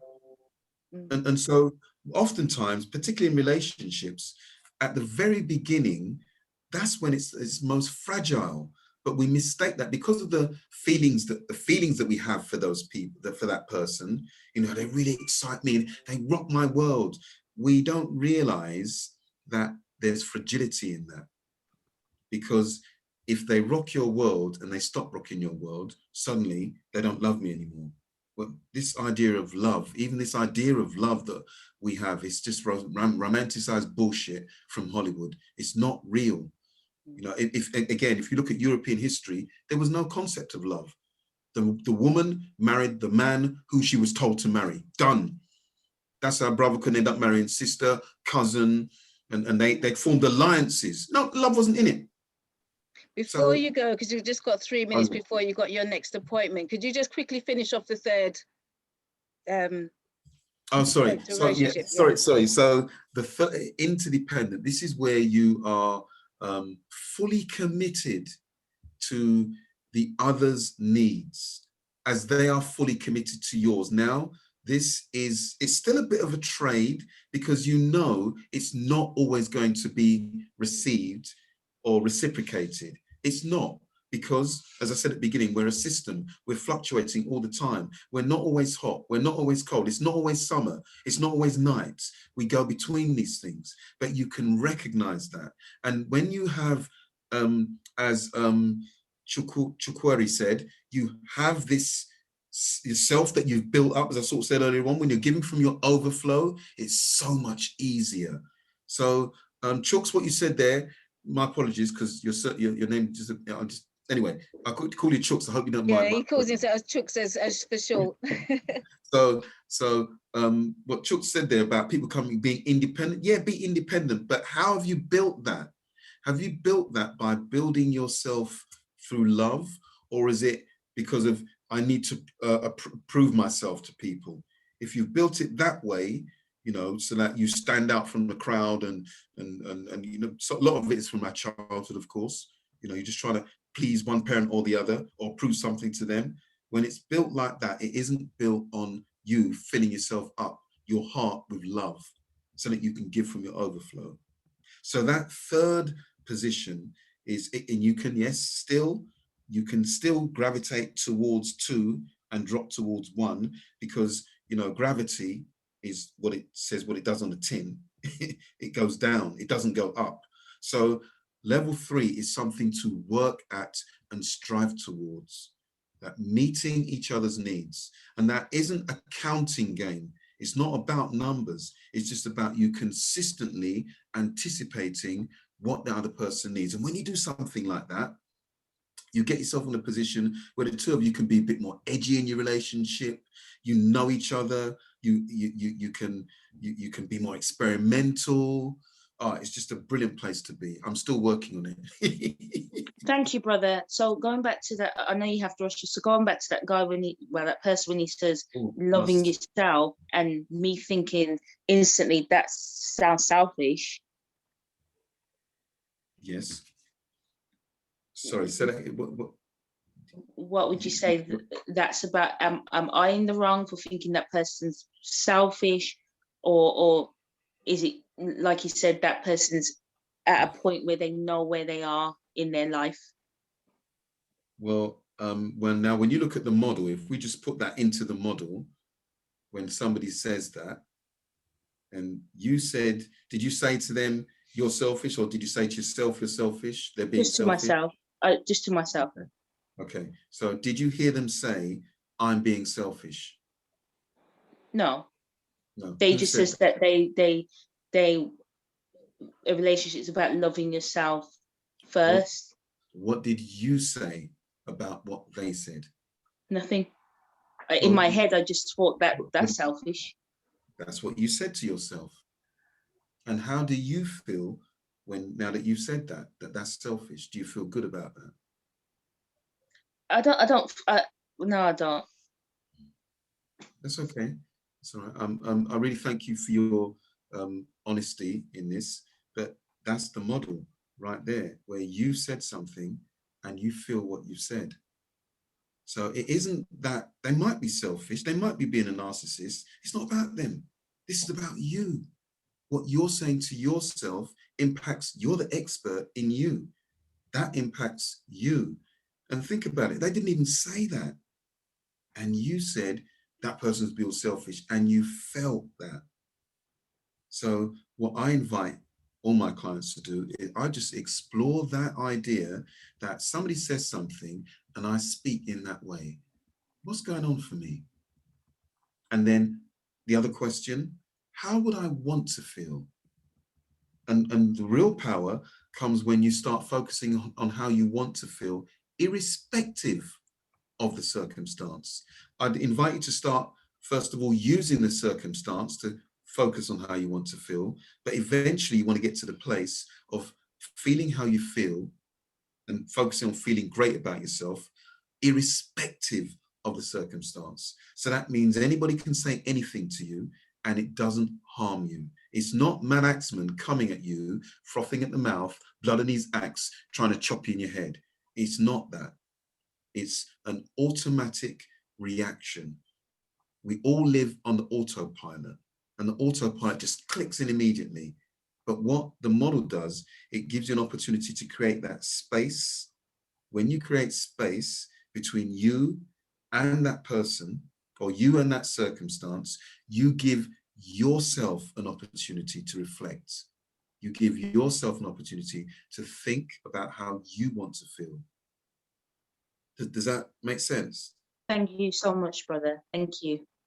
Thanks. Listen, we owe it to ourselves to do what we can to find out about ourselves. I'd almost go to the point where I say, you know, this is going to sound a bit controversial. Don't listen to your parents. You know, some of you, you're like me, you're 58. Even listen to your parents, they're still living in your head. You know, your parents were traumatized.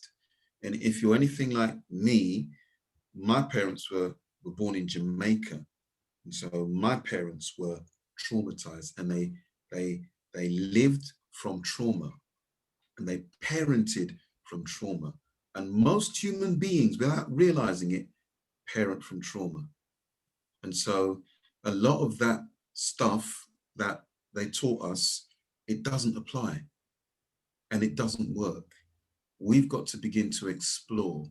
So now don't just go to any old body, but you now need to really start thinking about, who do I want to be? How do I want to be? Let me get on YouTube and look at some things. Let me get on Facebook and look at some things. Let me look at some things that I think are going to support me. And by the way, if you're doing it on, that's why I like the village, because if you're doing it on your own, you're very likely to find it extremely difficult. Why do you think they put a human being in solitary confinement? And what happens when you're in solitary confinement for long enough? You start going in on yourself. You go mad. So we're not designed to be on our own or think on our own. We're designed to bounce off of each other, feed each other, and feed ourselves. So there's a lot out there. You know, none of you have to really believe that you have to stay the way you are. You don't. You can transform. You're not a tree. You can move. But Okay. Anybody, look, I hope you've all got my number. Text me. Right, at least have the free session, man. Some of you are like, oh my God, I don't want it. Because money. Forget money. It's a free session. And I'm willing to negotiate with you as well over price. I'll let you know my prices, but I'm willing to negotiate. So thanks. I'll give my number again. And I'm doing this because it's Jean. And me and Jean, I love me some Jean. She's a great woman. It's all right. I've put it in the chat already, Melvin. Thank you, Ches. It's Mervyn, darling. Oh, did I say? I did. I was just checking to see if you'd heard me.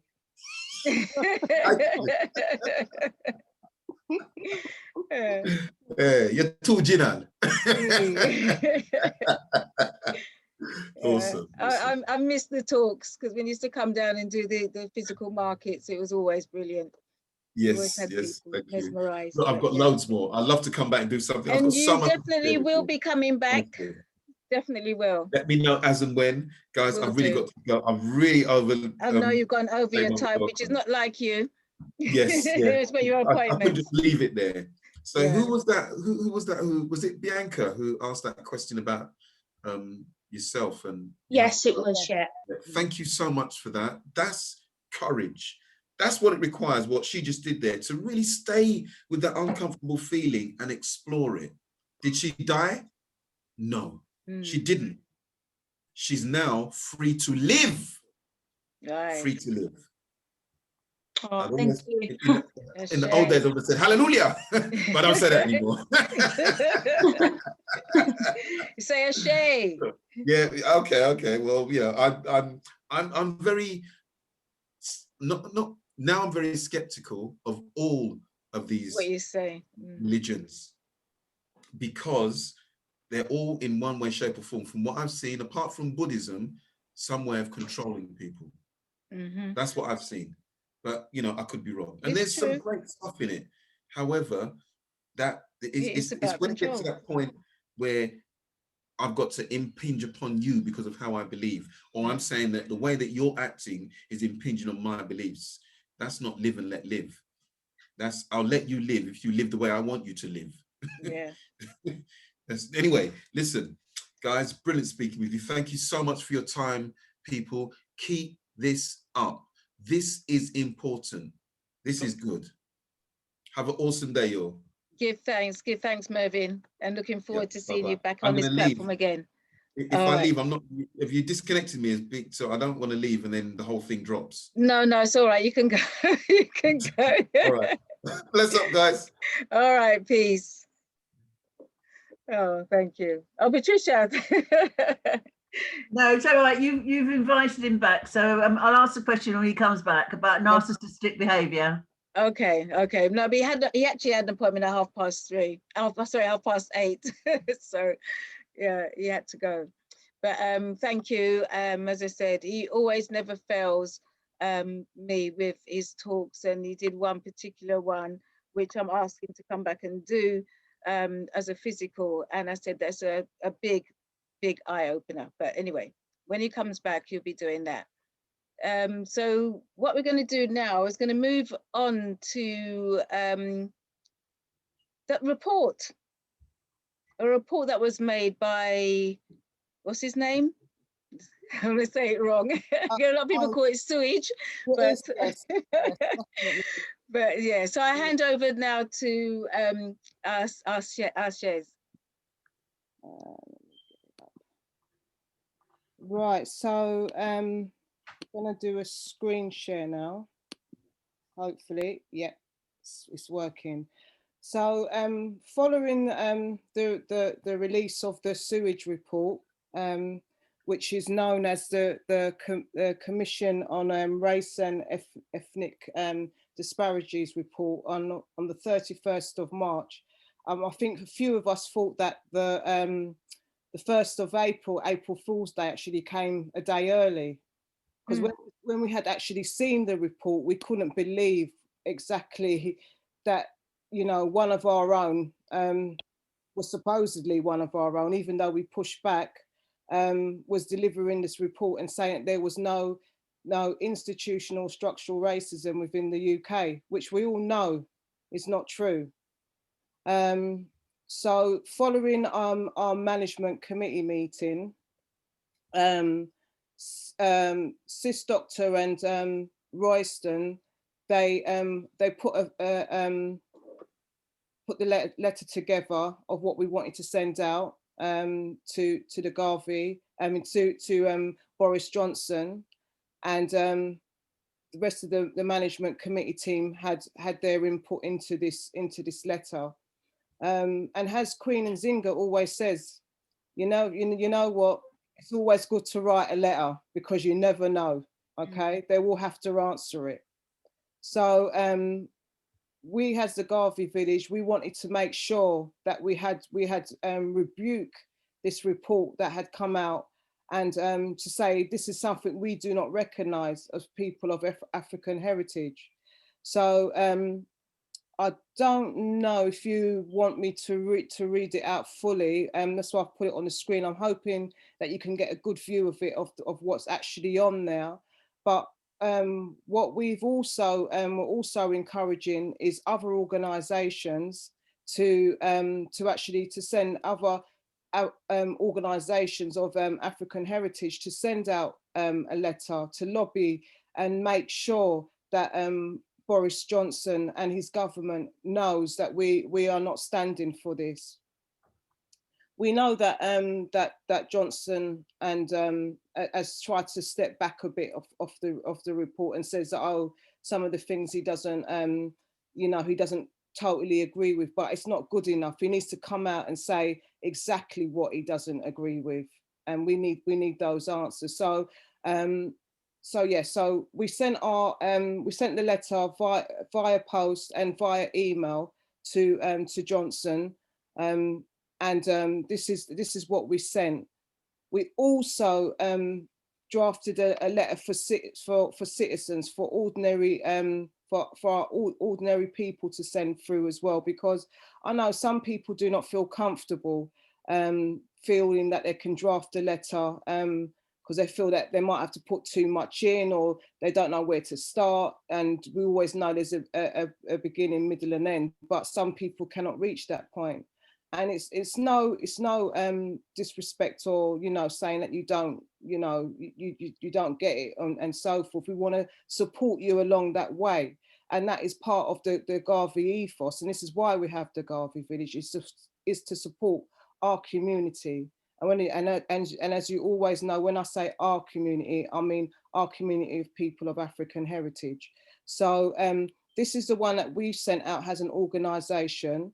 There's other, as I said, other people, they can adapt it, just change the name and put their organisational name. We're not precious about that. We just want it to be out there so that so everybody can be lobbying their complaints, okay, against and rebuke this report.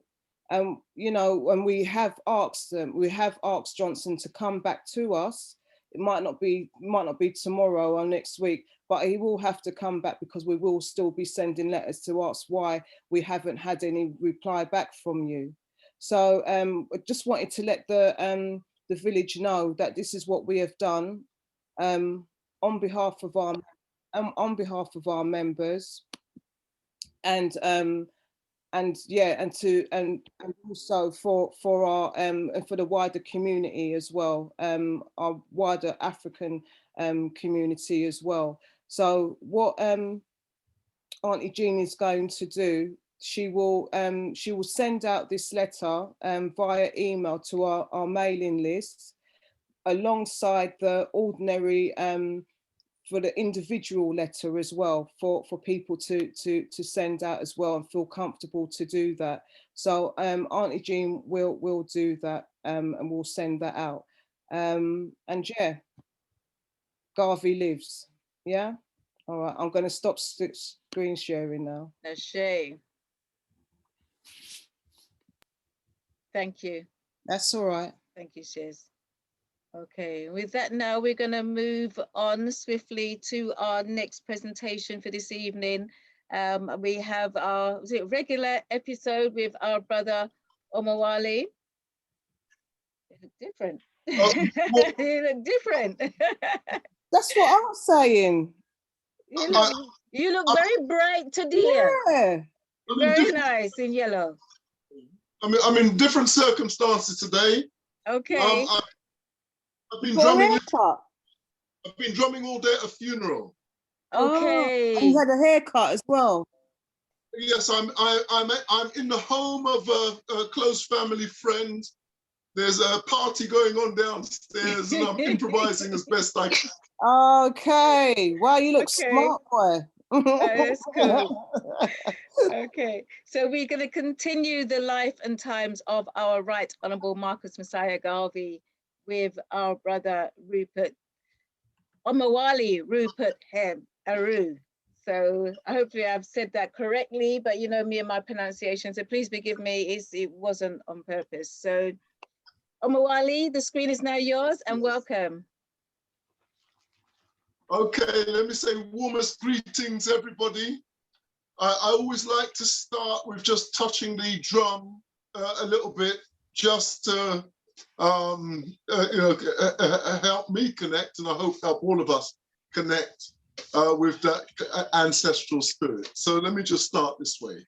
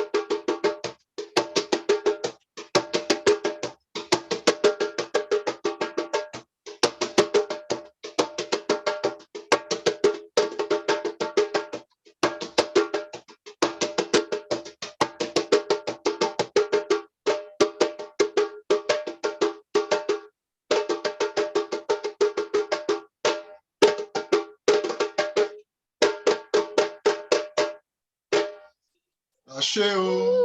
Woo! Asheo. Yes, yes. So warmest greetings, everybody. Thank you again for allowing me, a space on your program. It's truly appreciated. And I'm just going to speak a little bit more about Garvey. Now, let me just go back. We've done a number of things so far. So this is just another episode in an ongoing process that we're engaged in. If we think back quite some time ago now, more than half a year ago, we looked at the birth of Garvey and the context surrounding the birth of Garvey to get an understanding of what was going on when Garvey came into the world. Then we looked at Garvey as a youngster, a young person. When I say a young person, up until about the age of 20, maybe a little bit over 20. So we briefly looked at incidents in his life, in his early life, to give us a sense of his development and the influences that were acting on him. Then we looked at Garvey in England, because as a young man, he came to England to study as well as work, and just to get more of a sense of what was going on in the world. We then looked at Garvey and his personal relationships, the good, the bad, and the ugly. And this was to help us to understand the emotional side of Garvey a little better. It's one thing to understand the rational, how he thought, but there's also the feeling side. And actually the feeling side is very often stronger than the rational side. And we made a brief foray into looking at Garvey and relationships, particularly some very powerful personal relationships that he was involved in.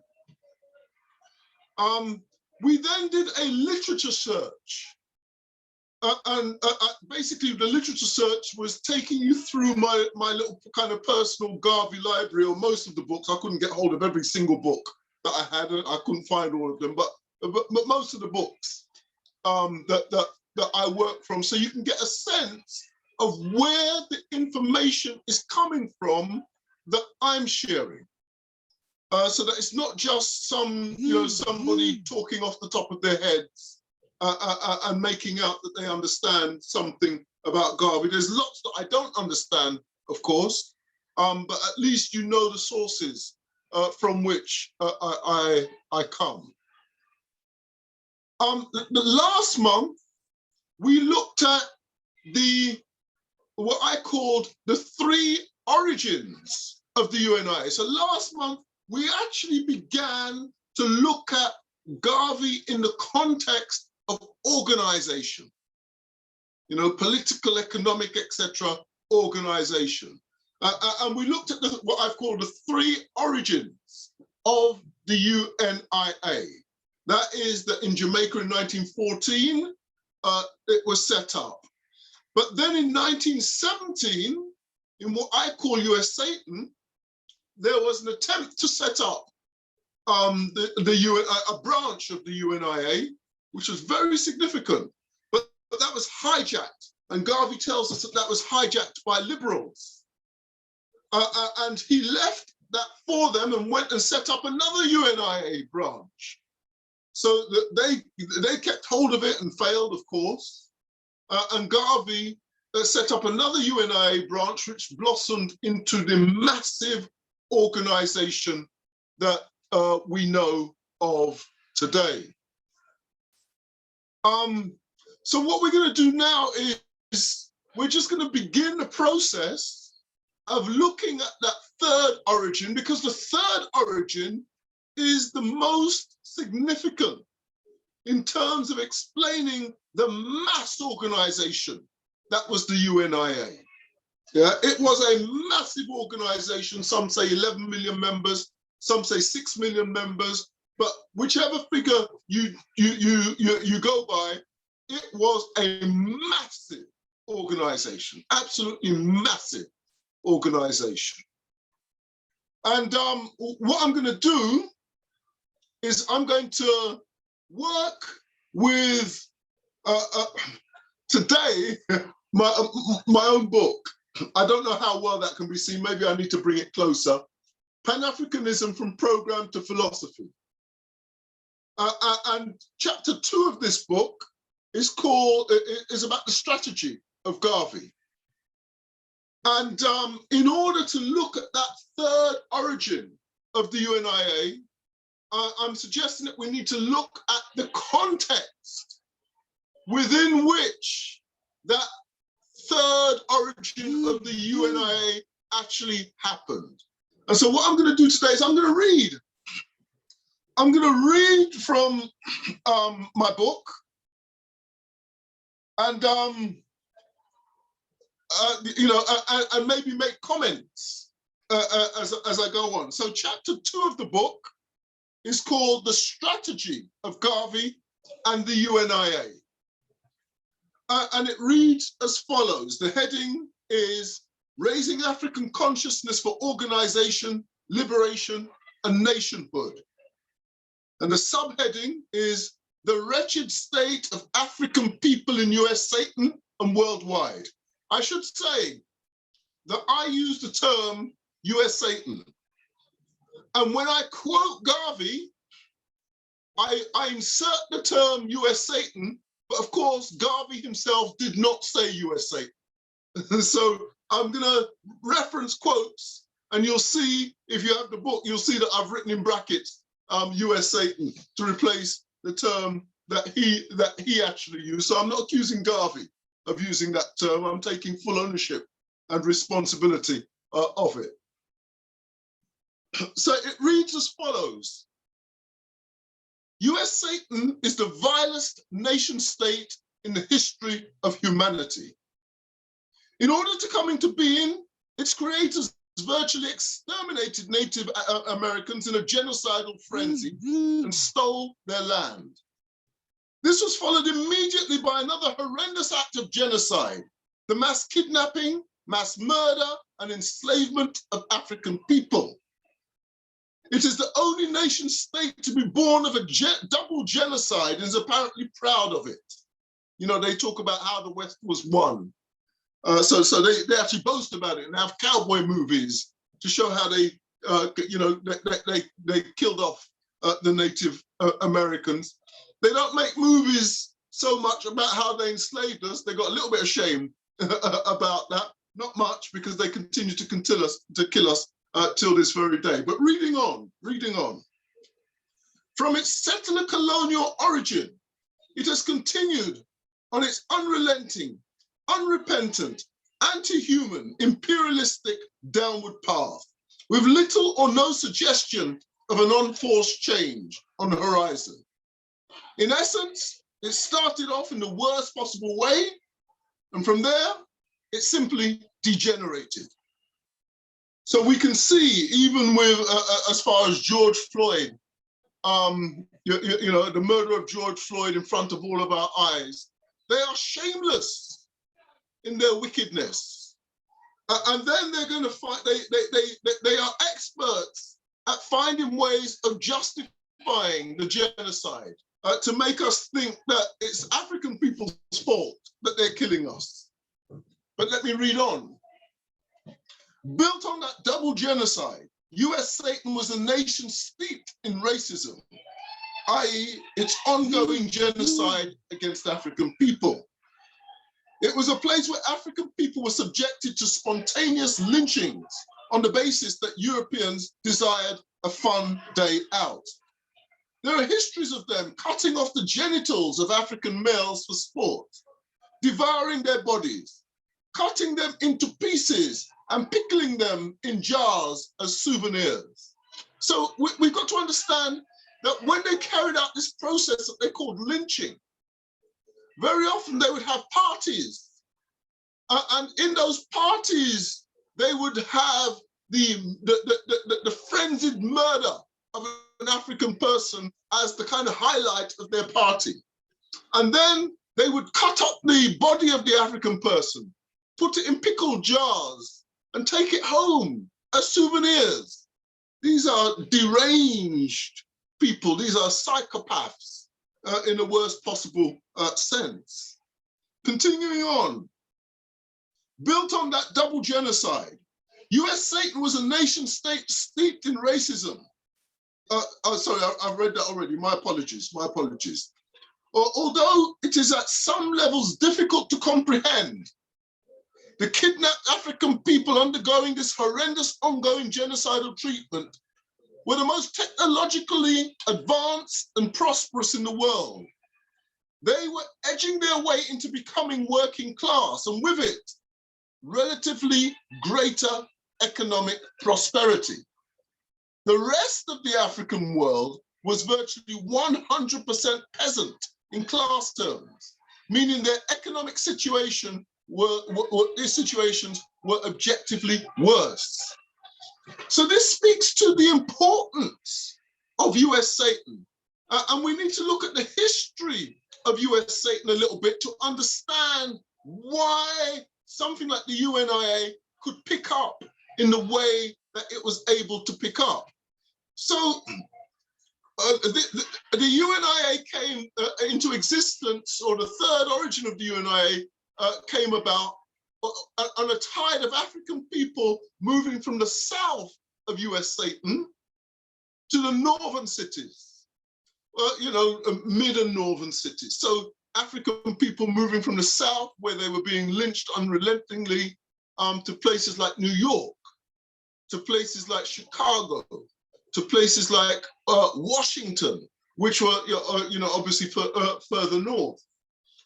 And when they moved north, they were moving from an agricultural economy in the south to a rapidly industrializing economy in the north. And what that meant was their class position was changing. It was changing from being peasants who worked the land. This is strictly speaking class language. They were peasants who worked the land. We could call them farmers, etc. And they were now moving into places like Detroit, where they would be the builders of motor cars, and they would be making gadgets and products like TVs, like fridges. They would get worse wages than Europeans for doing so, but they were now moving into a new class, which is working class. Now, the significance of that is that when you are working class, you're closer to power. You're closer to being empowered as a group, and you're closer to being empowered as individuals. Now, at that point in history, they were the only Africans in the world who were close to industrialization. With all the prejudices, with all the racism, with all that was going on, they were the closest to the mechanics of industrialization. And so that put them in a leadership position. Now, other African people were also realizing, that being close to industrialization gave an advantage. So African people in US Satan, in the Caribbean, for instance, we're going to be talking about this Windrush business fairly soon. This was the realization of African people in the Caribbean. You're going to need to send them a message that you call them back. Coming to the realization that by going Omowale, to which is an industrialized nation, by making their way to Britain, they would be in a position or closer to industrialization, and they would be able to make wealth for themselves. And their intentions when they came was to make wealth for themselves, to go back and then to live better lives. There were fictitious stories of the streets being paved with gold, for instance, those fictitious stories. Well, they were fictitious, but there was an element of truth in them. And the element of truth was that you could get better paid work as a result of being close to industrialization, close to the factories, close to the places that produce on a mass scale. And so for many of us, our parents were those people who made that migration in the 1950s and 60s. But 50 years before that, Africans in US Satan made that migration.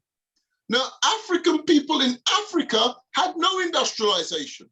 So the majority of the African people in the world had no contact with industrialization. Africa had been colonized, and industrialization had been deliberately kept away from Africa. And in fact, the strategy that was used was the theft of our resources to come and use in their factories in Europe, in their factories in US Satan, and the other places in the world that Europeans populated either naturally or through theft. So in the early 1900s, the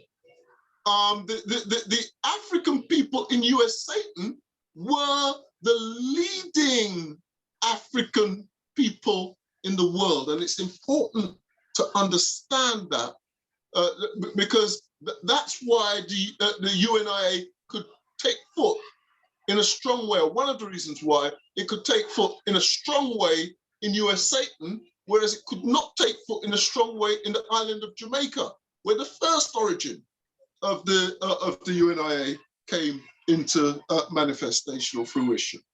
Reading on, this meant that despite their wretched conditions, African people in US Satan were in pole position with regards to the rest of their scattered global family and had a vital role to play in building a new, reinvigorated African nation on the motherland. The ongoing genocide conducted against them serves as a constant reminder that they are not settled and must continue to seek freedom, justice, and safety as a people. It was among these people that the UNIA was to find fertile soil to ignite its massively successful recruitment initiative. So I think I've expanded on that point already.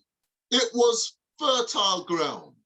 So the first thing to observe is that US Satan provided an industrial environment which creates an advantage. If you're in an industrial advantage, you have an advantage over those who are in an agricultural environment, because the level of tools, the mass-producing tools, the factories, which are the hubs of mass-producing tools, are in close proximity, and it makes people more productive. And that's what makes working class, gives working class strength and power beyond, beyond peasants. And that, in part, explains how Europeans were able to make inroads into Africa. So Europeans arrived with their industrial processes. They were able, through the industrial processes, to make machine guns, for instance. We, who did not have factories, who were agricultural people, we would use our spears, we would use our cutlasses. This would be our means of defense. But our shields could not shield us against the impact of bullets.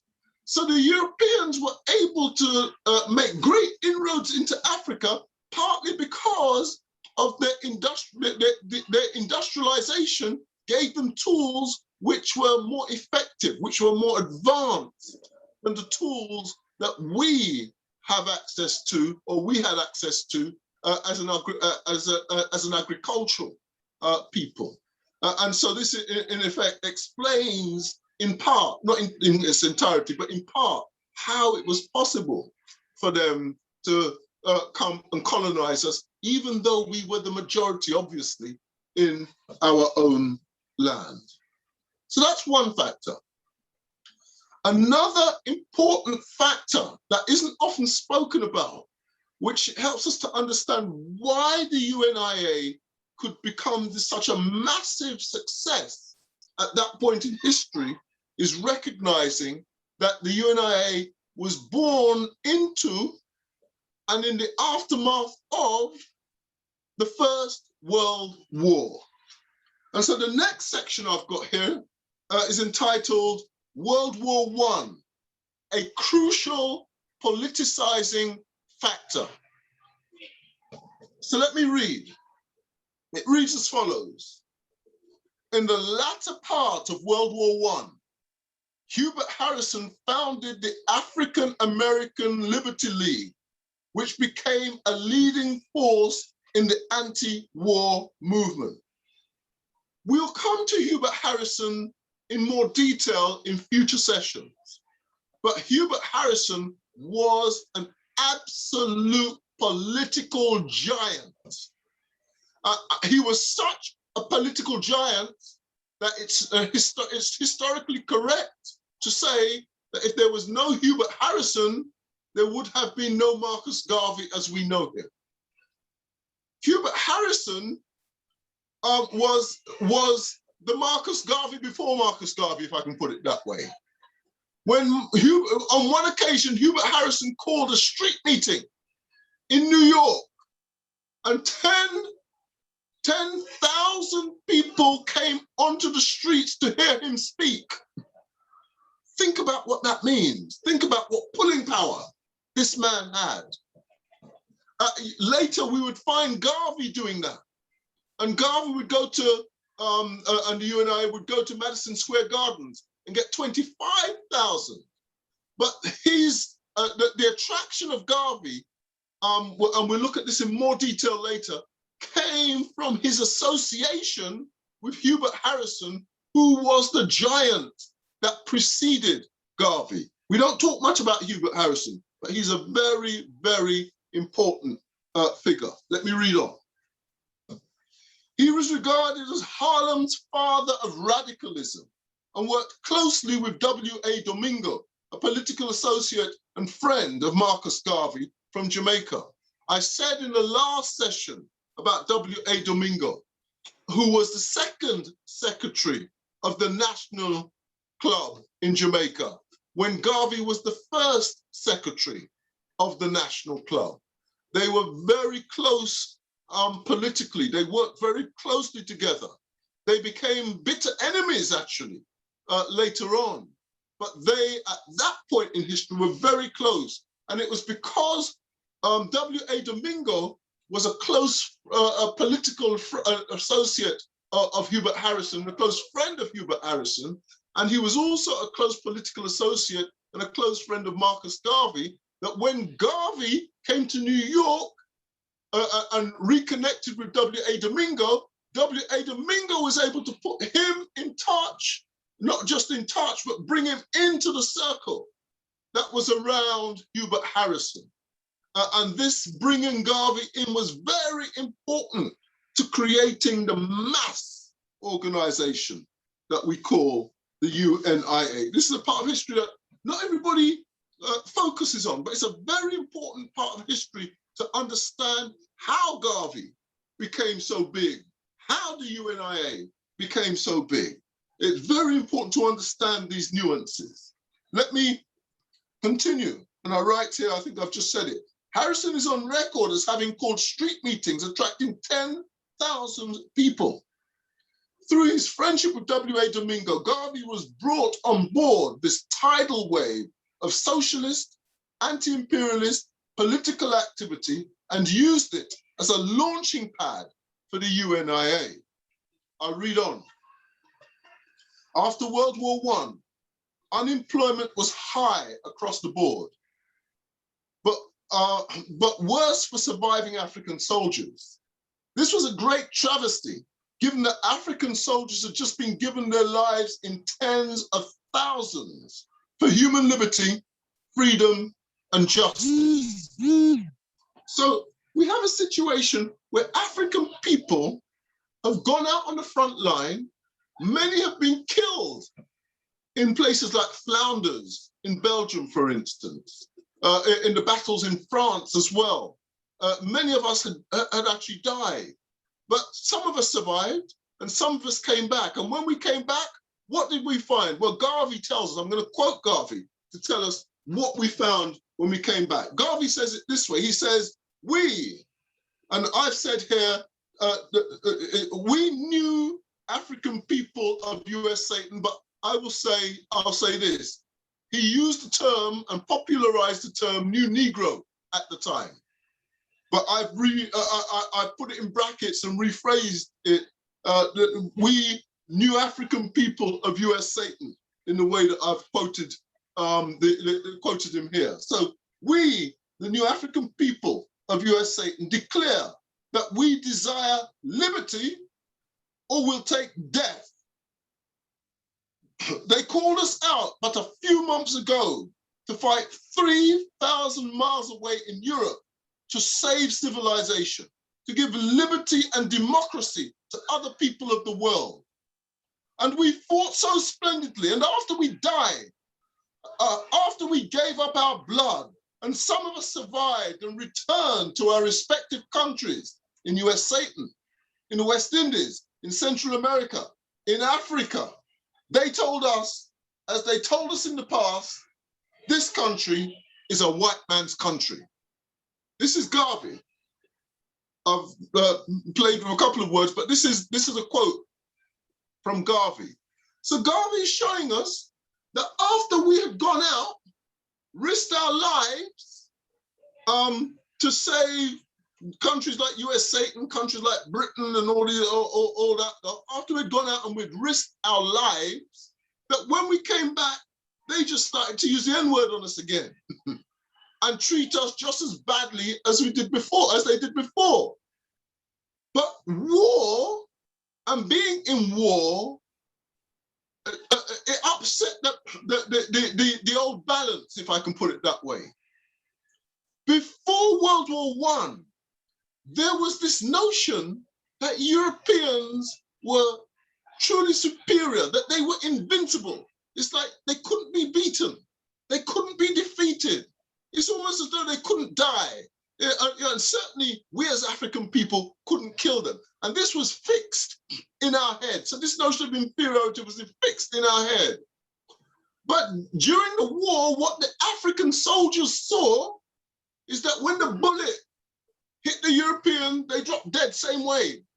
And I'm prepared to hazard a guess that under the cover of World War I, some of us took our guns and shot some of them because nobody knows who did it. They just get killed by a bullet.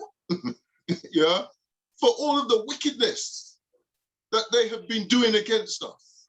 So all kinds of things happen in war. But one of the things that the African soldiers learned is that these Europeans are not superior to us.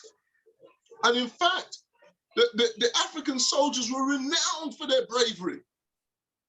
So they would have stood out in the battlefield, just in the way that they stand out on the athletics track, for instance. And there you would have seen who the most able were.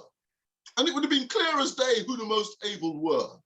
And so they would have come back from war knowing that their abilities exceeded those of their European counterparts. And so why would I come back from war having risked my life to then take abuse from people who, under the circumstances of war, were not as good as me or not as good as us? And so African soldiers started to challenge racism in a big way. And one of the ways they challenged that racism was to join political movements. Join Hubert Harrison's movement, the anti-war movement, and later on to join the UNIA. And so what this meant is that in the UNIA, you had a high level of discipline, because these people had been trained on the battlefield. We're talking about African people who had been trained on the battlefield. And so when they came back, they knew what discipline was. They also knew how to kill Europeans, because they had been given license to kill Europeans in the war. So these were dangerous Africans. And these Africans were being organized. And when you look at the UNIA, you'll see that the UNIA was a paramilitary organization. So you talk about the IRA now and those kinds of organizations. Well, in fact, Garvey had a personal relationship with the leader of Sinn Féin at the time. They were in correspondence with each other. Yeah. So the UNIA was a paramilitary organization. And you actually see them doing their drills. They did their drills without guns, but they were all in uniform. The women too, the Black Cross nurses, were in uniform. There was a section of the organization called the Universal Motor Corps, which is the motor car section. Yeah, and that was run by women. Yeah, the women ran that section. Yeah, so that was the equivalent of our tanks, if you like, that the women were in charge of. So the women were trained militarily as well, and they had a youth section in there, and they used to train the young boys in combat, life and death combat, in how to kill and not be killed. Yeah, so the UNIA was not a play organization. It was a highly disciplined organization. Let me read on. After the sacrifices of the war, it was business as usual for anti-African racism, including lynchings, and higher unemployment was a symptom of that. Garvey gives a further sense of the impact of the war, coupled with the other injustices faced by African people. I'm going to quote Garvey again. And these two quotes from Garvey are again to give you a sense of what was going on at that time from Garvey's own perspective, Garvey's own words. He tells us what was happening at the time. These are not quotes that you often hear. But if you research Garvey, you'll find that he says these kinds of things over and over again. So quote number one, the war helped a great deal in arousing the consciousness of African people to the reasonableness of our program, especially after the British at home had rejected a large number of West Indian colored men who wanted to be officers in the British Army. So you got to understand the mindset here. Our ancestors, who were thought by Europeans to be less than human, wanted to prove their humanness by going and risking their lives on the battlefield. So after they risked their lives on the battlefield and won the war for these Europeans, when they came back, they expected to be acknowledged as human beings, fully fledged human beings, because they had won the war for these Europeans. But instead of being acknowledged as fully fledged human beings, they were called the N-word. They were refused jobs. So they were at the bottom of the pile, even after they'd risked their lives. And this, ignited in them the desire for justice. This ignited in them an increased level of consciousness that you can't, it became clear to them that you can't, just impress these people by doing good. Yeah, it's got to be more than that. You're gonna have to fight for your own freedom. Yeah, you can't rely on them. You can't prove to them that you're human, and then they just do the right thing. It's gonna take more than that. So our consciousness was rising through these experiences. Another quote from Garvey. Garvey says, "The war of 1914 to 1918 has created a new sentiment throughout the world. Once upon a time, weaker peoples were afraid of expressing themselves, giving vent to their feelings. But today, no oppressed race, no oppressed nation is afraid of speaking out in the cause of liberty. These are Garvey's words. Yeah? And he's showing you that there's a massive change going on in the world. Not only was the African rising, the Asians were rising, the Chinese, the Indians, and other Asians were rising. The oppressed Europeans, places like Ireland, places like Poland were rising. Yeah, we know that in 1917 you had the Russian Revolution, which is an obvious example of Europeans rising. Yeah, oppressed Europeans rising. So you know the whole world was rising up against imperialism, rising up against capitalism, and the rise in African people's consciousness was a particular part of that. Ours was the most difficult because we had been the most oppressed. We're not denying that other people were oppressed, but we had been the most oppressed. So our rise was much more difficult to achieve. But we, along with other oppressed people in the world, were rising. Let me continue.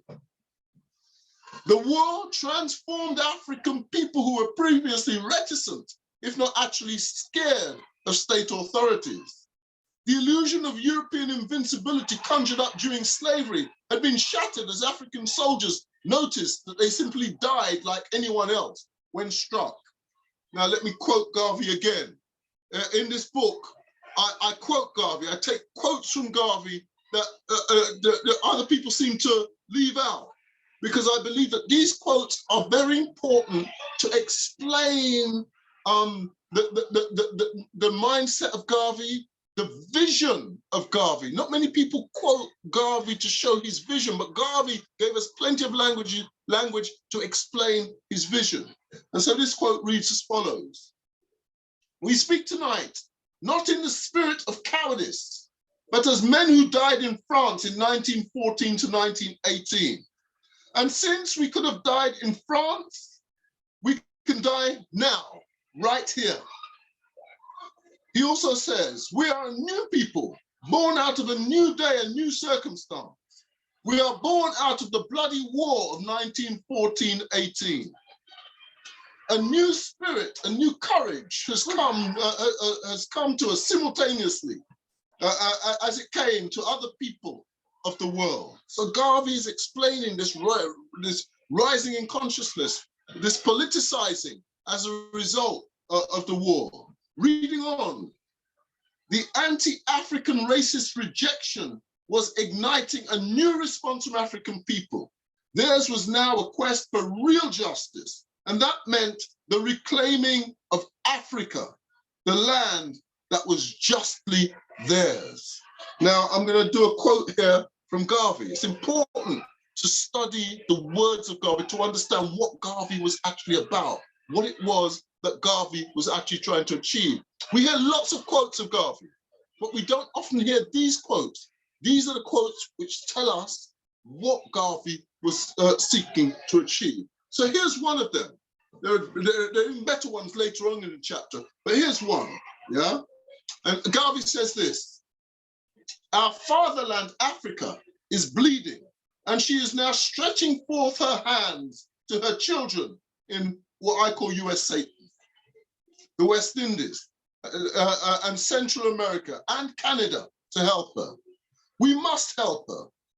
Therefore, I hereby ask every African in the world to get ready for the next world war. Think about this. He's talking about the next world war. That's what he's talking about. World War II and World War I only is still ongoing. It's just coming to an end. Yeah, the next world war, 20, 30, or 40 years hence. Listen to that. Garvey is so politically astute that in World War I's going on, hasn't even finished yet, and Garvey's telling us, look, in 20, 30, or 40 years, there's going to be a World War II. And you better get yourself ready. This is how astute Garvey was. Yeah. And he says, the next world war shall find Africans fighting together to free our common fatherland. Now, it is no time for Africans to be divided between two opinions. We must be pro-African and without offense to anyone. I mean, this is very important. This is telling you the driving, the drive, the motivation, behind some of the actions of Garvey. Another quote here says that we must organize to know that we are to get out of the next war. That we must organize to know what we are to get out of the next war and see that we get it before we make even one sacrifice. So Garvey's noticing that in World War I, we gave our lives and we didn't have an African objective. We didn't have anything that we wanted to achieve apart from to please the people who had been oppressing us all this time, thinking that if we impressed them, that they would say, oh, well, you're good, so we're going to give you your freedom. Yeah, that didn't work. So Garvey's saying his political analysis was so powerful, he was able to predict World War II. And he's saying from now we have to prepare, and we have to prepare to fight as an African battalion in World War II. Yeah, and we must know what we're fighting for. And what we're fighting for is Africa. We want Africa. This is what Garvey was. These are his words. These are things that he was saying and enlightening us with. Reading on, a new African was emerging with a much clearer sense of the interests of African people. They had died for the benefit of others and were coming to the realization that if they had to die, it had better be for the advancement of their own. African people at home and abroad were becoming ripe for organization and fighting for liberation and nationhood, a key objective of the UNIA. So, this reminds us of greats like Claude McKay. Some of us will know of Claude McKay, who was an African born in the island of Jamaica, and he wrote a great poem, which was later quoted by Winston Churchill, entitled, "If I Should Die, Let It Not Be Like a Dog." It's a classic poem. And he was a member of the UNIA. He was part of the leadership of the UNIA. So that poem didn't just happen by accident. They were having political education classes. They were studying. And out of that study, Claude McKay was moved to write this poem, which, other cultures quote big time. Yeah. So these things were not accidental. So we've looked at a little bit at the class dynamic. We've looked a little bit at the war dynamic, both of which were impacting on the third origin of the UNIA. The other one that I'm going to look at today is what was known as the Harlem Renaissance. I won't necessarily spend a lot of time on it, but I'm going to read what I've got here.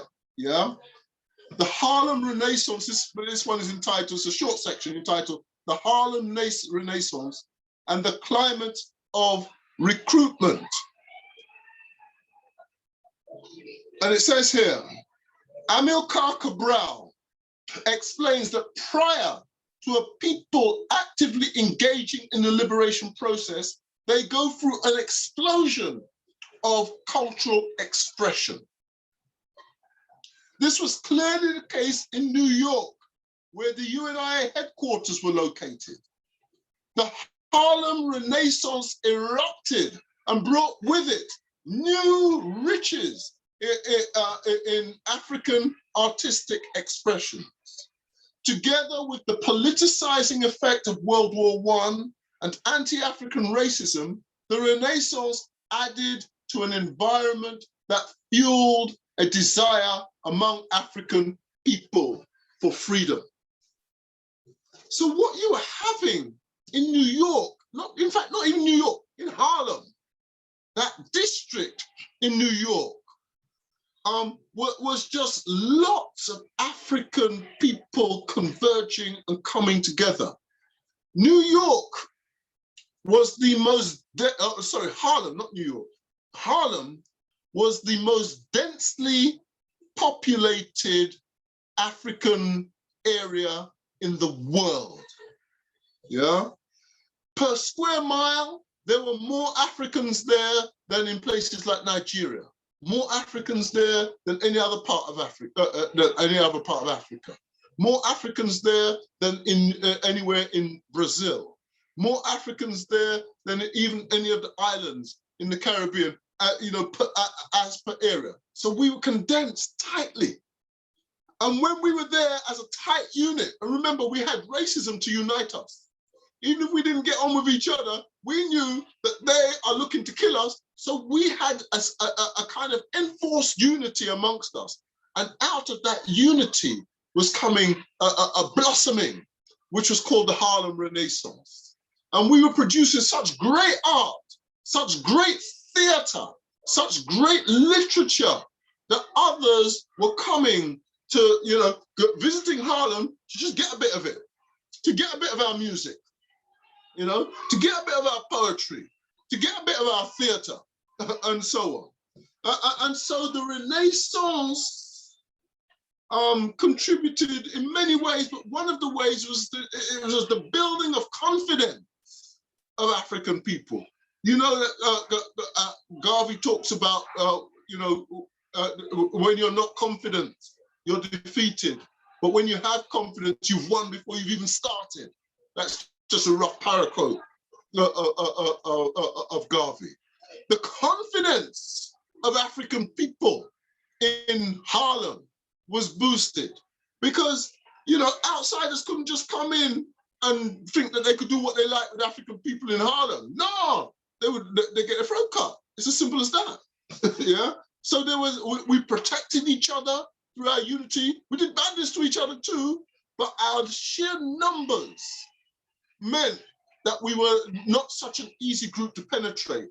And so within that climate now, when we started to organize formally, Hubert Harrison before Garvey, and then Garvey even more successfully than Hubert Harrison later, we began to create the kinds of organizations that could begin to shake the world. I think what I'm going to do is I'm going to stop there for today, with a view to next week, looking at some of the nuts and bolts, next month, looking at some of the nuts and bolts of the UNIA, talking about the structure of the UNIA. What did this organization look like? What did it comprise of? What did the different bits of this organization actually do? What were their functions? How did they contribute to the whole, etc., etc.? But for now, I've just painted, if you like, a context of some of the circumstances. It's not all of the circumstances, but it's some of the circumstances that impacted on the third origin, almost the third birth of the UNIA. So I'm going to stop there, and thank you very much. We may want to interact. I'm not sure how much time we have. Okay, thank you. Thank you very much for giving us more of an insight on the great Honourable Marcus Mosiah Garvey. And it just goes to show that how much of a prophet he was as well, you know. I don't use the word prophet, but you see, he predicted the Second World War in one of his speeches that to the year. There was one speech that he made 25 years before the outbreak of the Second World War. The World War happened 25 years later.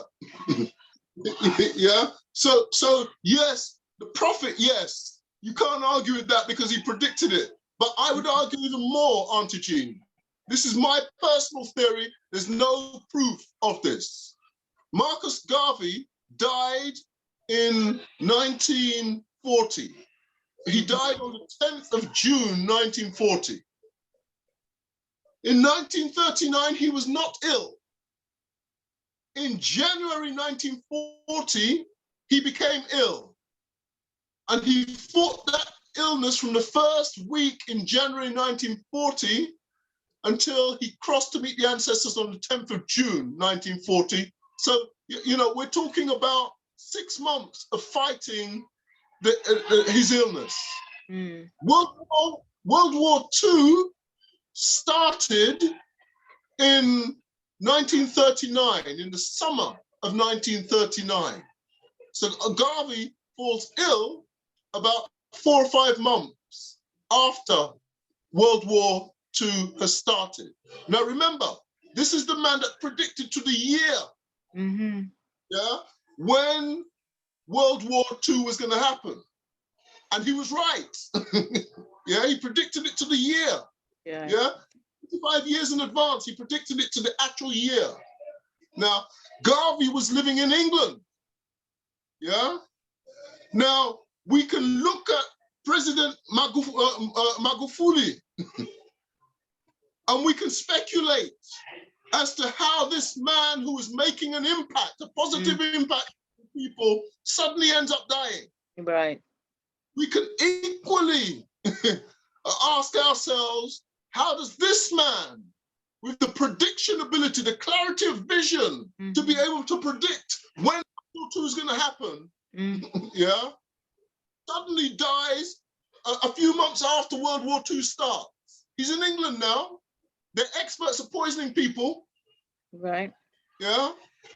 So I'm suggesting that there's a theory which should not be discounted. I can't prove it now. Don't take what I say as proof. I like to give evidence, and I don't have evidence. I'm theorizing now. Right. Yeah. This man was an immense danger. Marcus Garvey was an immense danger to Britain. Yeah. In not just to Britain. Well, yeah, that's right. Yeah. That's right. In 1939, yeah, when Britain declared war on Germany, the IRA declared war on Britain. And what they did is they started to, they developed something which they called an S-plan.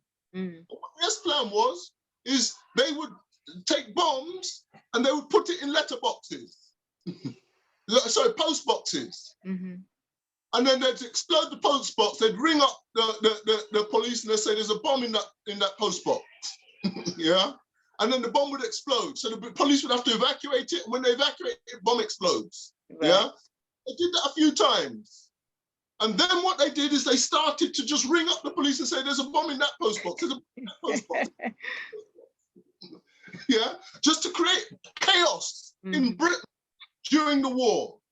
And then what they did is they planted a bomb, or planted a series of bombs in cinemas, because you know the cinema at that time there was no TV, so cinema was a, so they just put bombs in some cinemas, let them explode. But they they rang up the police and said, look, there's a bomb in there, get the people out. And then they just explode some bombs, and then anytime they want a bit of fun, they just ring up the police and say, there's a bomb in that cinema, there's a bomb in that cinema. They can't ignore it, they have to evacuate it, you understand? Right. Movie, they have to evacuate it, and they created chaos. Now, so Britain at that point understood that those that don't like them can create chaos for them. Now remember, 25 years ago, Garvey said the war is coming and we as African people have got to sort out what we're going to do for ourselves. Not for them, but for ourselves. Now, that's the last thing they want to hear. Yeah. That's the last thing they want African people to hear. True. Because African, who has already proved that he can organize 11 million people, if it's African saying, look, I was right. That's what he'd be saying, not big, but just fact. I was right, So now you should listen. If you didn't listen before, listen now. Now let's organize to take Africa during this world war, That is something that neither Britain nor Germany could countenance, yeah, nor USA, nor any of the European-controlled, colonized nations in the world. And so the easiest thing to do in that situation is just to kill him off. Yeah. And you can't do it as an assassination because you make him into a hero. That's right. The way to do it is to just juke him with some poison. And Make remember, him sick. well, exactly. And remember, there's this, I don't even know the details, but there's this Russian spy who was, or a Russian dissident who they said the KGB came over here and they juke him with an umbrella. That's right. And then they said that the poison kill him and all the rest of it. Yeah. So the technologies exist for these kinds of things. Yeah. And you can't miss an African walking around London in 1939 or 1940. You can't miss that. You know, it's just one that was here. So he was a sitting target. And so all I'm saying is that we cannot discount the possibility that he was assassinated. Right. But I can provide evidence to prove that that was the case. So I want to be very clear on that last point. Thank you. Anybody got any questions? As my sentiment is, or my thoughts on it as well. You know, somebody who is fit and just within from January to June. Yeah. Anyway. Yeah, that's right. That's right. That's right.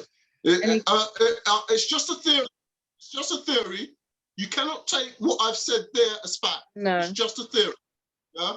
But we are people with an ability to think. We're people with reason. We're That's people right. with an ability to question. And we must use those attributes in the analysis of history as well. Most definitely. I see, Patricia, you've unmuted. Do you have a question? Well, I just wanted to ask, because Marcus Garvey had been in England before, and I just wondered what impression he had left with, let's say, political people in government, for instance. What impression? Because you mentioned that he did work with the Labour Party. Yes. Marcus Garvey was a member of the Labour Party, but his politics was left-leaning, kind of social democratic type politics in certain aspects. And so he had friends in the Labour Party. So for instance, in the 1920s, you had the mayor of Battersea, an African man by the name of John Taylor. So there was an African mayor in the borough of Battersea in 1920. Okay. Yeah. All of this was, under the influence of the UNIA. So you can see that there was a connection, if you like, with the Labour Party, not a strong connection with the Labour Party, but there was certainly a stronger connection with the Labour Party than there was with the Tory Party or the Liberal Party, which would have been the three main parties in Britain at that point in history. And in 1930, Garvey, when he came to England, actually, the wording that's used is, assisted his friends in the Labour Party. He actually made speeches in support of in support of Labour Party candidates who were fighting for seats in the general election. So he was clearly more associated with the Labour Party than with any of the other parties here in Britain. And that association was so strong that in Jamaica, there were people who were saying and even writing that Garvey was going to be an MP in Britain because they thought he was so strong in his advocacy. They thought that what the Labour Party was going to do is they were going to put him in a safe seat, let him win the seat and become one of their MPs. So this rumor developed in Jamaica that Garvey is going to be a British Member of Parliament. Hey. So that's how it was. Wow. But we can see that from that time there was opposition against him, and obviously he may have been targeted, particularly with later on you're going to cover this with, is it Hoover, Edgar Hoover, and the approach to and treatment of Garvey. We will see later on, as we look through Garvey, that okay, nowadays in US Satan, you have what's called the FBI and the CIA. Now, before there was a CIA, which is a Central Intelligence Agency, there was an FBI, the Federal Bureau of Investigation. The CIA does their wickedness outside of US Satan. The FBI does their wickedness inside of US Satan. They're both spying organizations. Yeah. So everything was done by the FBI, and when they found that the FBI wasn't a strong enough structure to do the outside spying as well, they created the CIA to do the outside spying and leave the FBI to do the inside spying inside US Satan. But before there was the CIA, there was the FBI. But before there was the FBI, there was something called the BI, the Bureau of Investigation. And that Bureau of Investigation at one point in history was headed by J. Edgar Hoover. And J. Edgar Hoover had a personal vendetta against Garvey. He was out to get Garvey. And all of this trumped up charges that saw Garvey in court and saw Garvey put in prison and all that rubbish about the postal thing where they accused him of fraud and all that kind of stuff, that was all part of the dirty tricks. Right. That they got up to against Garvey. So you're quite right. You're quite right. There was an organized governmental level campaign. And even when Garvey was let out of prison, because you know when it's just blatant that it's just trumped up charges. So when there came a point where they let him out, President Coolidge is the one that signed the order to let him out. What they did is they took him from prison, they took him to the port, put him on the boat, sent him to Jamaica, not staying in US Satan. They feared him that much. But in Britain, they couldn't get him out because in those days, if you're born in the colonies, you're a British citizen. Yeah, they changed that with the 1961 Commonwealth Immigration Act, where basically they made the rules so that if you're a British citizen with black skin, you can't come in. But if you're a British citizen overseas with white skin, you can. So if you're born in South Africa, if you're born in Australia, if you're born in Canada, come when you're ready. If you're born in the Caribbean, if you're born in Africa, Pakistan, those places, you can't come. Yeah, that was in 1962. Sorry, Commonwealth Immigration Act. That's when they brought in the clear racist, barriers to prevent us from coming in. So Garvey, when he came to England, it was before all of that. So they hadn't organised their laws yet to prevent an astute African who wanted to get here from getting here. And so that's how Garvey, was able to come in, because he was born a British citizen. And even if you're born in Jamaica at that time, you were a British citizen and you couldn't be prevented from coming to Britain. Okay. Brilliant. Thank you. Bianca's got a hand up. Oh, I was waiting for if you had any more questions, but yes, Bianca. Hi, yeah, it's just a quick question, strange question really, but I know everyone kind of transcends from Africa, from African people, even Europeans, descended from us. When the brother says, about the brutal stuff that we'd gone through from the hands of the Europeans and the Americans as well. Going through history, I'm just wondering, if everyone comes from us, when did they start to pick up that bad behavior? Because as Africans, we are pure people, we are good people. And yeah, it's just interesting to know that. Okay, I've written a little book and I'm going to recommend that book. I don't have copies of it. You have to go online to get it, yeah? It's called The Beautiful Black African People Went for a Walk. It's written as a children's book. It's only about 20 pages. And it explains in a nutshell the history of humanity and the development of humanity from our birth in Africa. And in a nutshell, what happens is about 200,000 years ago, African people came into existence. Now we use 200,000 years ago because something called Homo sapiens sapien came into existence. Yeah, not Homo sapien, but Homo sapiens sapien. It's very important, that second sapien, because amongst the anthropologists, the Homo sapien sapien represents the full human being. Homo sapien is a bit less than a human being. But Homo sapiens sapien is the full human being, and anthropologists generally agree that this caliber of human came into existence between 100 and 200,000 years ago in Africa. Now, to cut a long story short, between 20 and 40,000 years ago, some of the Africans, Homo sapiens sapiens, came to Europe, and there was an ice age, and they became trapped in Europe as a result of the ice age.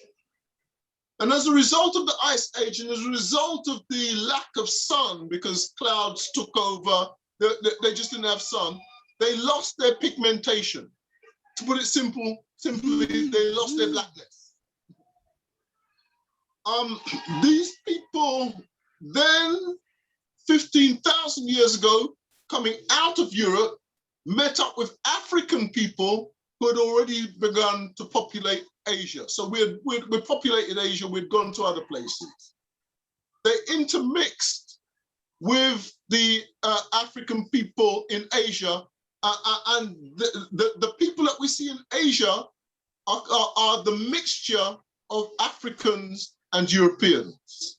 If you mix Africans and Europeans over millennia, the result is something like what you have in the different parts of Asia. So in a nutshell, what you begin to see is the manifestation of different categories of humanity. Everybody's human, but different categories of humanity. Now, what's important is this, is that African people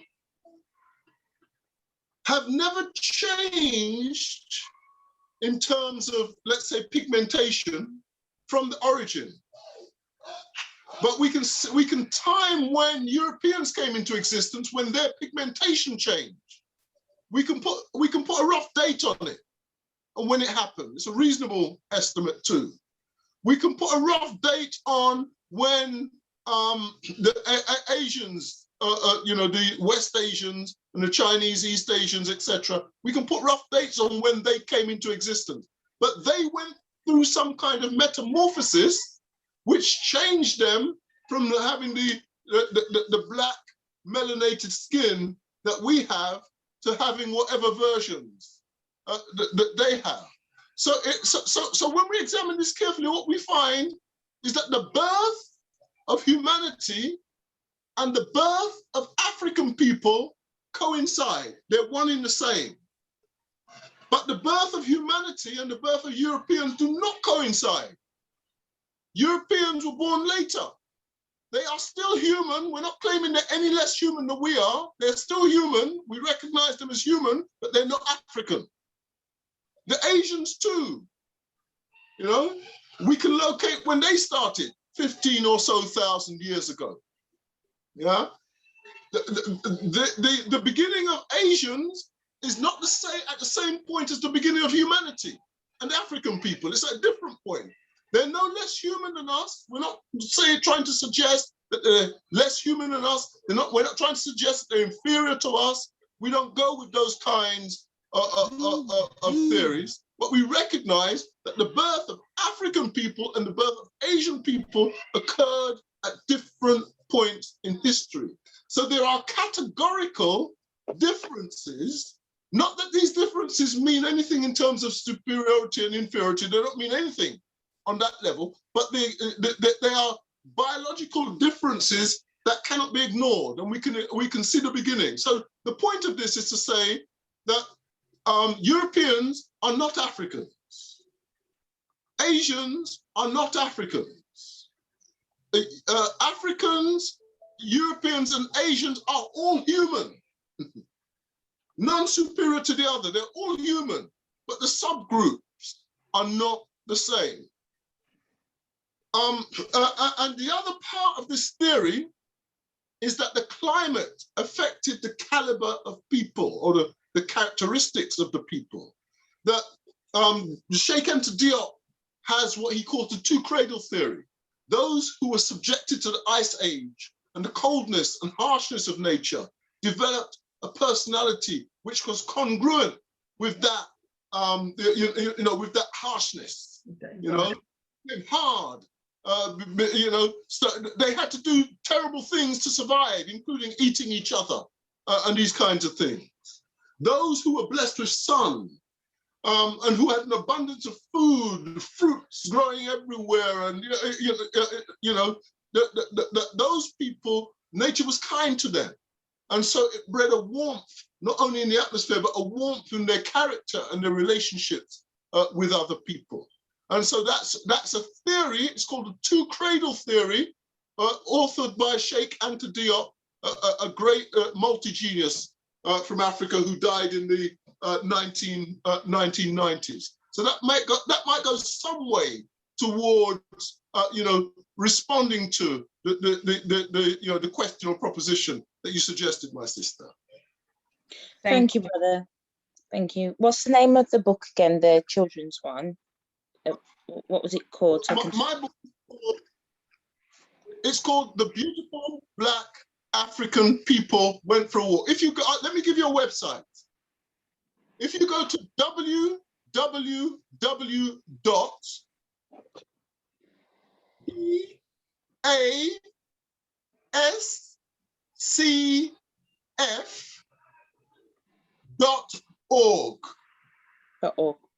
It's got to be precisely, I'm going to say it again, it's got to be precisely that.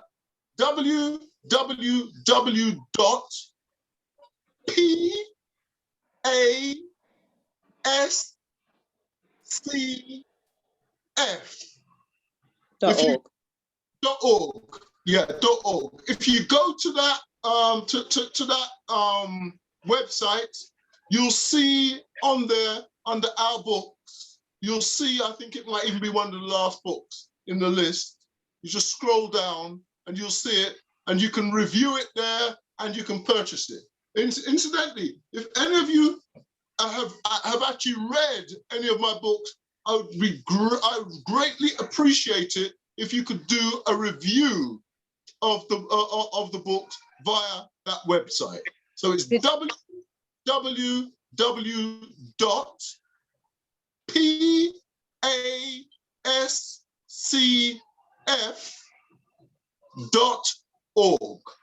Okay, could you repeat the name of the book, please? The book is called The Beautiful Black African People Went for a Walk. I'll say it again. It's called The Beautiful Black African People Went for a Walk.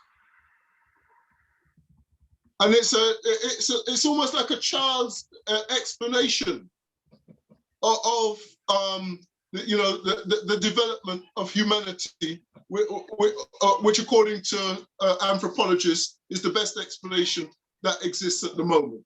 The truth is, we're not absolutely certain of how humanity developed, but that is the best theory according to anthropologists. There's general agreement on it. And is it Omowale that's on the book, or is it Omowale that's listed on the book as the author? Yeah, Omowale Pert-em-Hru.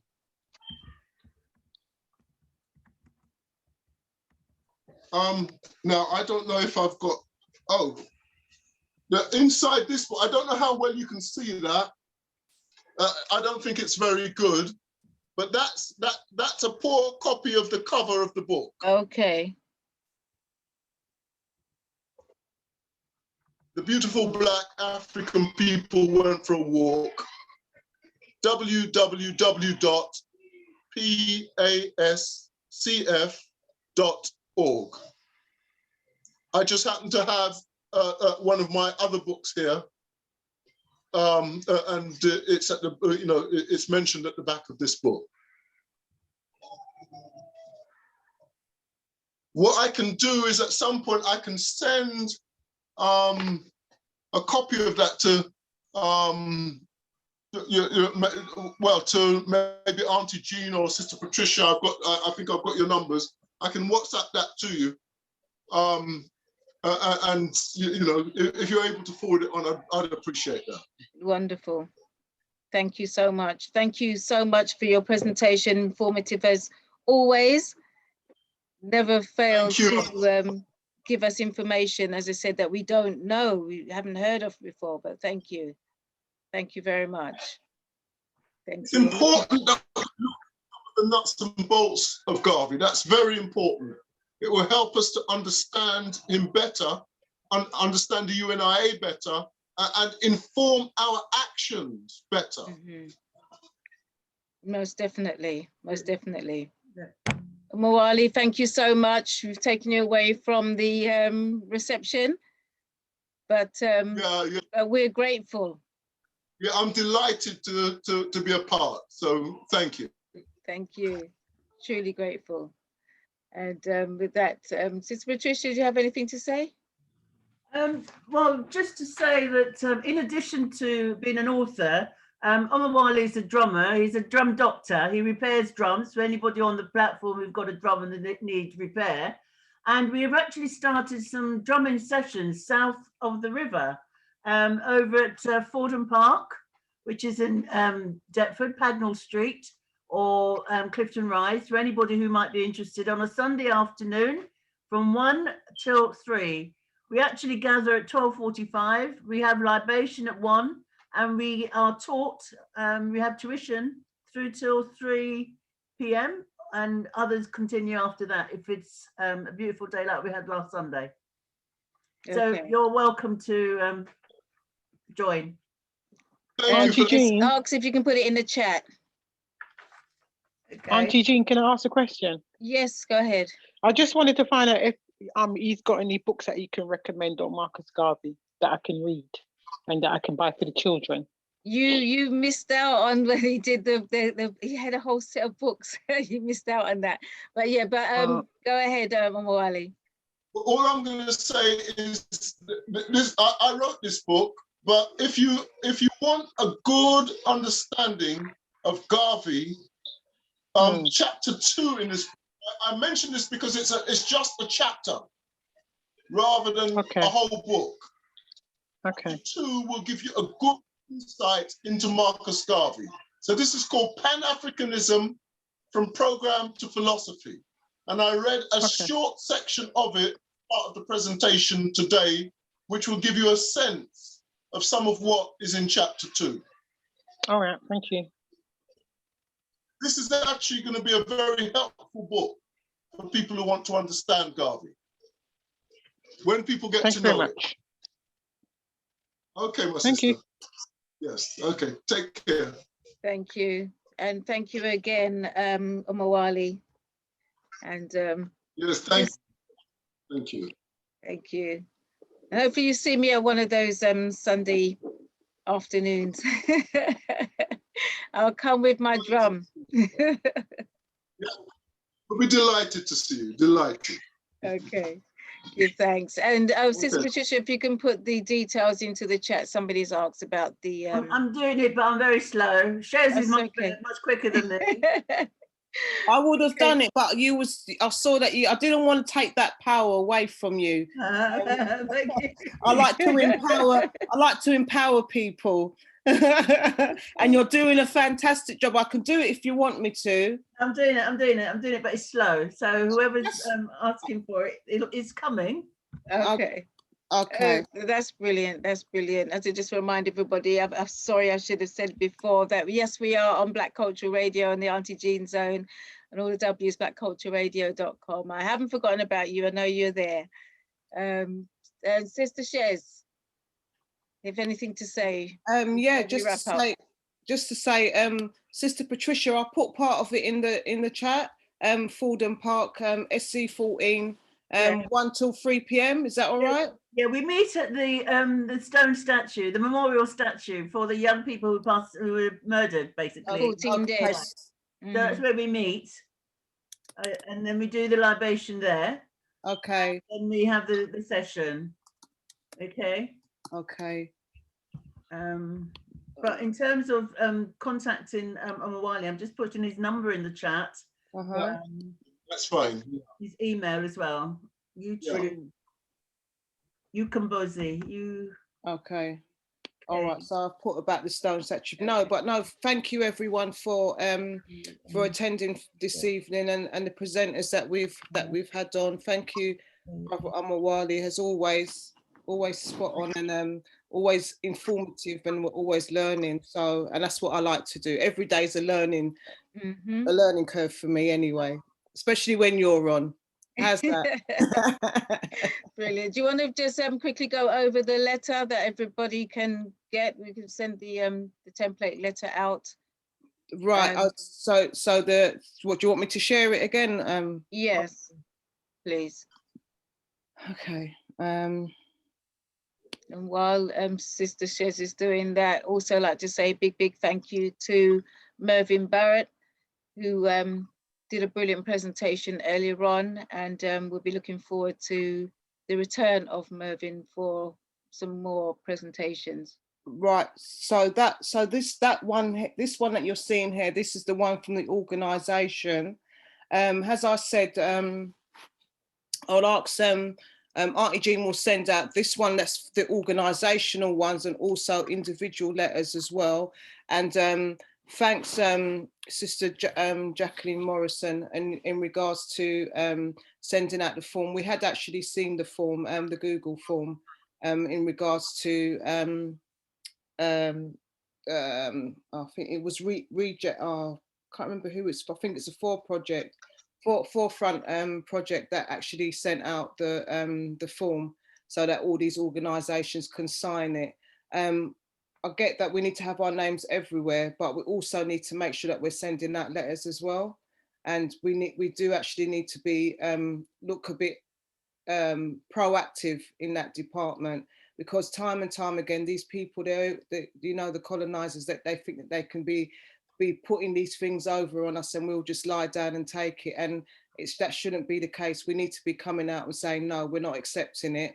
And this is what we feel about it. So as I said, this is the organisational letter, and also Auntie Jean, she will send out the one for individuals as well via the mailing list. So you will be getting that sent through to you as well. And wonderful.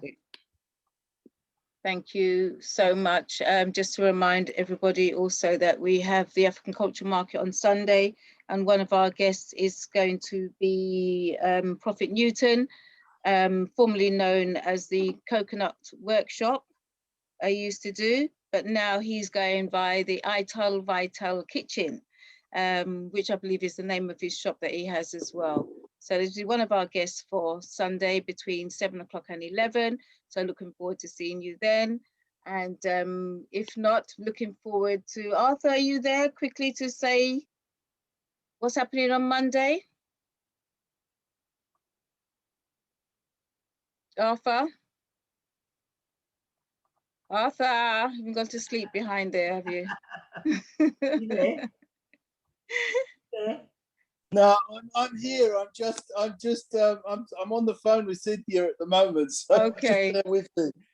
Okay, so Monday evening, what's happening? We're starting the module 1 again for beginners. So that will start at 6:30, and that's going to be free. And we start module 2, which is a paid session, paid module now, which is £66. And I don't know if you've all seen the flyer that Auntie Gina sent out today for us. So yeah, onwards and upwards. Get you guys understanding why you do this and why you do that. So look forward to seeing you all on Monday. Okay, thank you. Thank you. Thank you. All right. So before well, thank you everybody for coming this evening and joining us this evening on our 54th episode, SiStar Chez. Thank our presenters very much, Mervyn, Barrett, and also our brother Omowale, who took some time out from, as I said, being at a funeral today. So I give thanks to that. Give thanks to everybody listening on Black Culture Radio. Give thanks to everybody who's on Facebook. And before we go out, I'm just going to put on just a little song tribute to our brother DMX, who passed away today. So I'm just going to share that with everyone.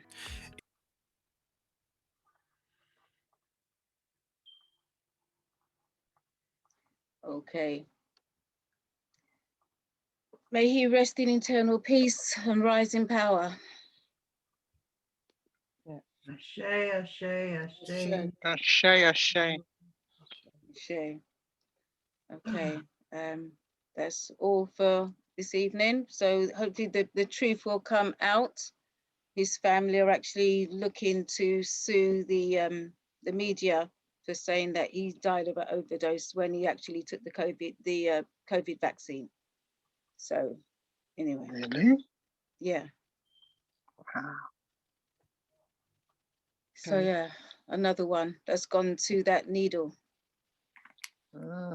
Anyway. Good night, everyone. And looking forward to seeing you, if not on Sunday, then Monday, if not Monday, then Friday. Back at Friday. Okay, good night. Good night, everyone. Thank you. Good night. Good night. Good night. Thank you for attending. Good night on Facebook. Good night, people. Good night. Brian. Good night.